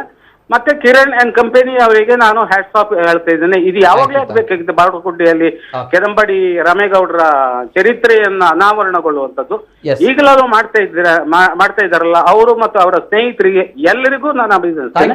ಮತ್ತೆ ವಿಚಾರದ ಬಗ್ಗೆ ಬಹುಶಃ ನನಗೆ ನಮ್ಮ ಕೊಡ್ಲೆ 24x7 ನಲ್ಲಿ ಈ ತರದ ಒಂದು ಚರ್ಚೆಗಳು ನಿರಂತರವಾಗಿ ನಡೆದಿರೋದು ನಾನು ಬೇರೆ ಯಾವ ಸ್ಥಳೀಯ ಚಾನೆಲ್ಗಳಲ್ಲಿ ನಾನು ನೋಡ್ತೇವೆ. ಅಲ್ಲಿ ಇಲ್ಲಿ ಒಂದು ಸ್ವಲ್ಪ ಚರ್ಚೆ ಆಗ್ತಾ ಇದ್ದಿರ್ಬೋದು. V4 ಚಾನಲ್ ಒಂದ್ಸರಿ ಹಿಮಕರ್ ಅವರು, ವಿದ್ಯಾಧರ ಅವರು, ಮತ್ತೊಬ್ಬರು ಯಾರೋ ಒಬ್ರು ಬಂದು ಮಾತಾಡಿದ್ರು. ಆದ್ರೆ ನಿಮ್ಮ ಚಾನಲ್ ನಲ್ಲಿ ಚರಿತ್ರೆಗೆ ಸಂಬಂಧಪಟ್ಟಂತೆ ಚರ್ಚೆ ಆಗ್ತಿರುವಂತದ್ದು ನಿರಂತರವಾಗಿ ನಡೆಸಿರುವಂತ ಈ ನಿರಂತರತೆಯನ್ನ ಕಾಯ್ದುಕೊಳ್ತಾ ಇರುವಂತ ನಿಮ್ಮ ಚಾನಲ್ಗೂ ಕೂಡ ಹ್ಯಾಟ್ಸ್ ಆಫ್ ಇದೆ. ಅಭಿನಂದನೆಗಳು. Thank you sir. ಜೊತೆಗೆ ಸರ್, ಎಸ್ ಸರ್, ನಾಡಿನ ಕಾರ್ಯಕ್ರಮದ ಬಗ್ಗೆ ಯಾವ ರೀತಿ ನಡೆಯುತ್ತೆ ಅಂಡ್ ಏನ್ ಹೇಳ್ತೀರಾ ಸರ್? ಕರ್ನಾಟಕದ ಮುಖ್ಯಮಂತ್ರಿಯವರು 10:30 ಗಂಟೆಗೆ ಇಲ್ಲಿ ಬಾವಟಗುಡ್ಡೆಯಲ್ಲಿ ಇದನ್ನು ಲಾಂಚ್ ಮಾಡ್ತಾರೆ. ಅದು ಮೇಲೆ ಹಾರ ಹಾಕುವಂಥದ್ದು ಈಗ ನಾಳೆಗೆ ಡಿಸ್ಕಸ್ ಆಗುತ್ತೆ. ಇವತ್ತು DC ಅವ್ರ ಜೊತೆ ಮೀಟಿಂಗ್ ಇಂದ ಈಗ ಬಂದಿರೋದು. ಅದು ಅಲ್ಲಿ ಉದ್ಘಾಟನೆ ಒಂದು 10 ನಿಮಿಷದ ಕಾರ್ಯಕ್ರಮ. ಅವರು ಕರೆಕ್ಟ್ 10:50 ಅದು ಟೈಮಿಂಗ್ ಸೆಟ್ ಆಗಿದೆ. 10:50 ಅವರು ನಮ್ಮ ಕರಾವಳಿ ಉತ್ಸವ ಗ್ರೌಂಡಿನಲ್ಲಿ ನಡೆಯುವಂತ ಒಂದು ಸಭಾ ಕಾರ್ಯಕ್ರಮದಲ್ಲಿ ಭಾಗವಹಿಸ್ತಾರೆ. ಈ ಕಾರ್ಯಕ್ರಮದಲ್ಲಿ ಎಲ್ಲಾ ತುಳುನಾಡಿನ ಜನರು ಭಾಗವಹಿಸಬೇಕು ಅಂತ ಹೇಳುವಂತ ವಿನಂತಿಯನ್ನು ನಾನು ಈ ಸಂದರ್ಭದಲ್ಲಿ ನಿಮ್ಮ ವಾಹಿನಿಯ ಮುಖಾಂತರ ಮಾಡ್ತೇನೆ. ಇದು ದೇಶ ಅಭಿಮಾನದ ಕಾರ್ಯಕ್ರಮ. ಅಲ್ಲಿಂದ ಮುಖ್ಯಮಂತ್ರಿಯವರು ಮತ್ತು ಪರಮ ಪೂಜ್ಯ ಶ್ರೀ ಶ್ರೀ ಶ್ರೀ ಶ್ರೀ ಡಾಕ್ಟರ್ ನಿರ್ಮಲಾನಂದ ಮಹಾಸ್ವಾಮೀಜಿಗಳು ಈ ಕಾರ್ಯಕ್ರಮದ ಅಲ್ಲಿ ಆದಿಚುಂಚನಗಿರಿ ಆದಿಚುಂಚನಗಿರಿ. Yes. ಅವತ್ತು ಸ್ಟ್ಯಾಚು ಅಲ್ಲಿಂದನೇ ಬಂದಿರತಕ್ಕಂಥದ್ದು. ಯಾಕೆಂದ್ರೆ ಈ ಸ್ಟ್ಯಾಚು ಮಾಡಿರ್ತಕ್ಕಂಥದ್ದು ವಿಜಯವಾಡ, ಆಂಧ್ರ ಪ್ರದೇಶದಲ್ಲಿ. ಯಾಕೆಂತ ಹೇಳಿದ್ರೆ ಕಾರ್ಪೊರೇಷನ್ ಟೆಂಡರ್ ಅಲ್ಲಿ ಅವರಿಗೆ ಸಿಕ್ಕಿರುವಂಥದ್ದು. ಇದು ಆನ್ಲೈನ್ ಟೆಂಡರ್, ಈ ಪ್ರೊಕ್ಯೂರ್ಮೆಂಟ್ ಪ್ರಕಾರ ಅವರಿಗೆ ಸಿಕ್ಕಿರುವಂಥದ್ದು. ಇವತ್ತು ಎತ್ತರದ ಪುತ್ಥಳಿ ಸರ್ ಇದು ನೆಲದಿಂದ ಸಾಧಾರಣ 21.5 ಫೀಟ್ ಹೈಟ್ ಬರ್ತದೆ. ಕೆಳಗೆ ಡೌನ್ ಇಂದ 22 feet. Statue height 11 feet. 11 feet statue height. ಅದರ ಪೀಠದ ಹೈಟ್ ಒಂದು 9 ಫೀಟ್ ಹೈಟ್, 9 ಚಿಲ್ಲರೆ. ಕೆಳಗೆ ನೆಲದಿಂದ ಸ್ವಲ್ಪ ಅದಂದ್ರೆ ನಾವು ಪಾರ್ಕಿನ ಒಳಗಿಂದ ಲೆಕ್ಕ ಹಾಕಿದ್ರೆ ಒಂದು 22 ಫೀಟ್ ಹೈಟಿನ ಒಂದು ಸ್ಟ್ಯಾಚ್ಯೂ. ಕಂಚಿನ ಪೂರ್ತಿ ಕಂಚಿದೆ. ಪುತ್ಥಳಿಯ ಅವರ ತರುವಂತ ಸಂದರ್ಭದಲ್ಲಿ ಬಹಳ ವಿಜೃಂಭಣೆ ಆಗಿದೆ. ಆಗ ನಿಮಗೆಲ್ಲ ಗೊತ್ತೇ ಇಲ್ಲ. ಯಾಕೆಂತ ಹೇಳಿದ್ರೆ ಗೊತ್ತು ಮಾಡೋ ನಿಮಗೆ ಗೊತ್ತಾಗುದಲ್ಲ, ಯಾರಿಗೂ ಗೊತ್ತೇ ಇಲ್ಲ. ಇದನ್ನು ಗೊತ್ತು ಮಾಡಿಸೋದು ದೊಡ್ಡ ಕಷ್ಟದ ಕೆಲಸ. ಇವತ್ತು ರಾಜಕಾರಣಿಗಳೆಲ್ಲ ಇದರ ಬಗ್ಗೆ ಮಾತನಾಡಿದ್ರೆ ಸಾಮಾಜಿಕರು ಅದನ್ನು ಪೇಪರ್ ಅಲ್ಲಿ ಬರೋದು ಅವ್ರದ್ದೇ. ನಾವೇನು ಹೇಳಿದ್ರು ಲಾಸ್ಟ್ ಪೇಜ್ ಅಲ್ಲಿ ಎಲ್ಲಿಯಾದ್ರು ಇರ್ತದೆ. ಹಾಗೆ ಇದು ಈ ವಿಷಯದಲ್ಲಿ ಪತ್ರಿಕಾ ಮಾಧ್ಯಮದವರು ಸಹಕಾರ ಮಾಡಬೇಕು, ನಿಮ್ಮಂತ ದೃಶ್ಯ ಮಾಧ್ಯಮದವರು ಸಹಕಾರ ಮಾಡಬೇಕು. ಯಾಕೆಂತ ಹೇಳಿದ್ರೆ ನನಗೆ ಯಾವುದೇ ಇದರಲ್ಲಿ ಏನು ಲಾಭನೂ ಇಲ್ಲ, ವೈಯಕ್ತಿಕ ಲಾಭ ಇಲ್ಲ ನನಗೆ. ಕರೆಕ್ಟ್. ಕೊನೆಯದಾಗಿ ಸರ್, ಪ್ರಾಮಾಣಿಕವಾಗಿದ್ದ ಪ್ರಯತ್ನವನ್ನ ತಾವು ಮೂವರು ಗಣ್ಯ ವ್ಯಕ್ತಿಗಳು ಮಾಡಿದ್ದೀರಾ. ಕೊನೆಯದಾಗಿ ನಮ್ಮ ಎಲ್ಲ ವೀಕ್ಷಕರಿಗೂ ಕೂಡ, ಜೊತೆಗೆ ನಮ್ಮ ಮಂಗಳೂರಿನ ಜನತೆಗೂ ಕೂಡ ಈ ಅರ್ಥಪೂರ್ಣವಾಗಿರುವಂತಹ, ಜೊತೆಗೆ ನಮ್ಮ ತುಳುನಾಡಿನ ಸ್ವಾಭಿಮಾನದ ಸಂಕೇತವಾಗಿರುವಂತಹ ಈ ಒಂದು ಪುತ್ಥಳಿ, ಶೌರ್ಯದ ಪ್ರತಿಮೆ ಅನ್ನುವಂಥದ್ದು ಅತ್ಯದ್ಭುತವಾಗಿರುವಂತಹ ಒಂದು ವ್ಯಾಖ್ಯಾನ. ಇದನ್ನ ಕೊಟ್ಟವರು ವೇದವ್ಯಾಸ. Beautiful sir, beautiful. ನಮ್ಮ ಶಾಸಕರು ವೇದವ್ಯಾಸ ಕಾಮತ್ ಅವರು ಶೌರ್ಯದ ಪ್ರತಿಮೆ ಅಂತ, ಇದು ಬಹಳಷ್ಟು ಖುಷಿ ಕೊಡುವಂತಹ ವಿಚಾರ. ಕೊನೆಯದಾಗಿ ಒಂದು ತಮ್ಮಗಳೇ ಒಂದು ಆಹ್ವಾನವನ್ನ ಮಾಡಬೇಕು ನಮ್ಮ ಜಿಲ್ಲೆಯ ಜನತೆಗೆ, ಏನ್ ಹೇಳ್ತಾರೆ ಸರ್ ಕೊನೆಯದಾಗಿ? ಕಿರಣ್ ಸರ್, ಇದೊಂದು 75ನೇ ಅಮೃತ ಮಹೋತ್ಸವದ ಸುಸಂದರ್ಭದಲ್ಲಿ ಈ ಒಂದು ಕಾರ್ಯ ಆಗ್ತಕ್ಕಂಥದ್ದು ಈ ದೇಶದ ಎಲ್ಲ ಜನರಿಗೆ ಒಂದು ಖುಷಿ ಕೊಡ್ತಕ್ಕಂತಹ ಒಂದು ಸ್ಟ್ಯಾಚ್ಯೂ. ಇದು ಕರ್ನಾಟಕ ರಾಜ್ಯದಲ್ಲಿ ಎಲ್ರಿಗೂ ನಾಳ್ದು ಮುಖ್ಯಮಂತ್ರಿಯ ಒಂದು ಲೋಕಾರ್ಪಣೆಯಲ್ಲಿ ಬಂದು ಭಾಗವಹಿಸುವುದರ ಮುಖಾಂತರ ಅದು ಜನರಿಗೆ ಗೊತ್ತಾಗ್ತದೆ.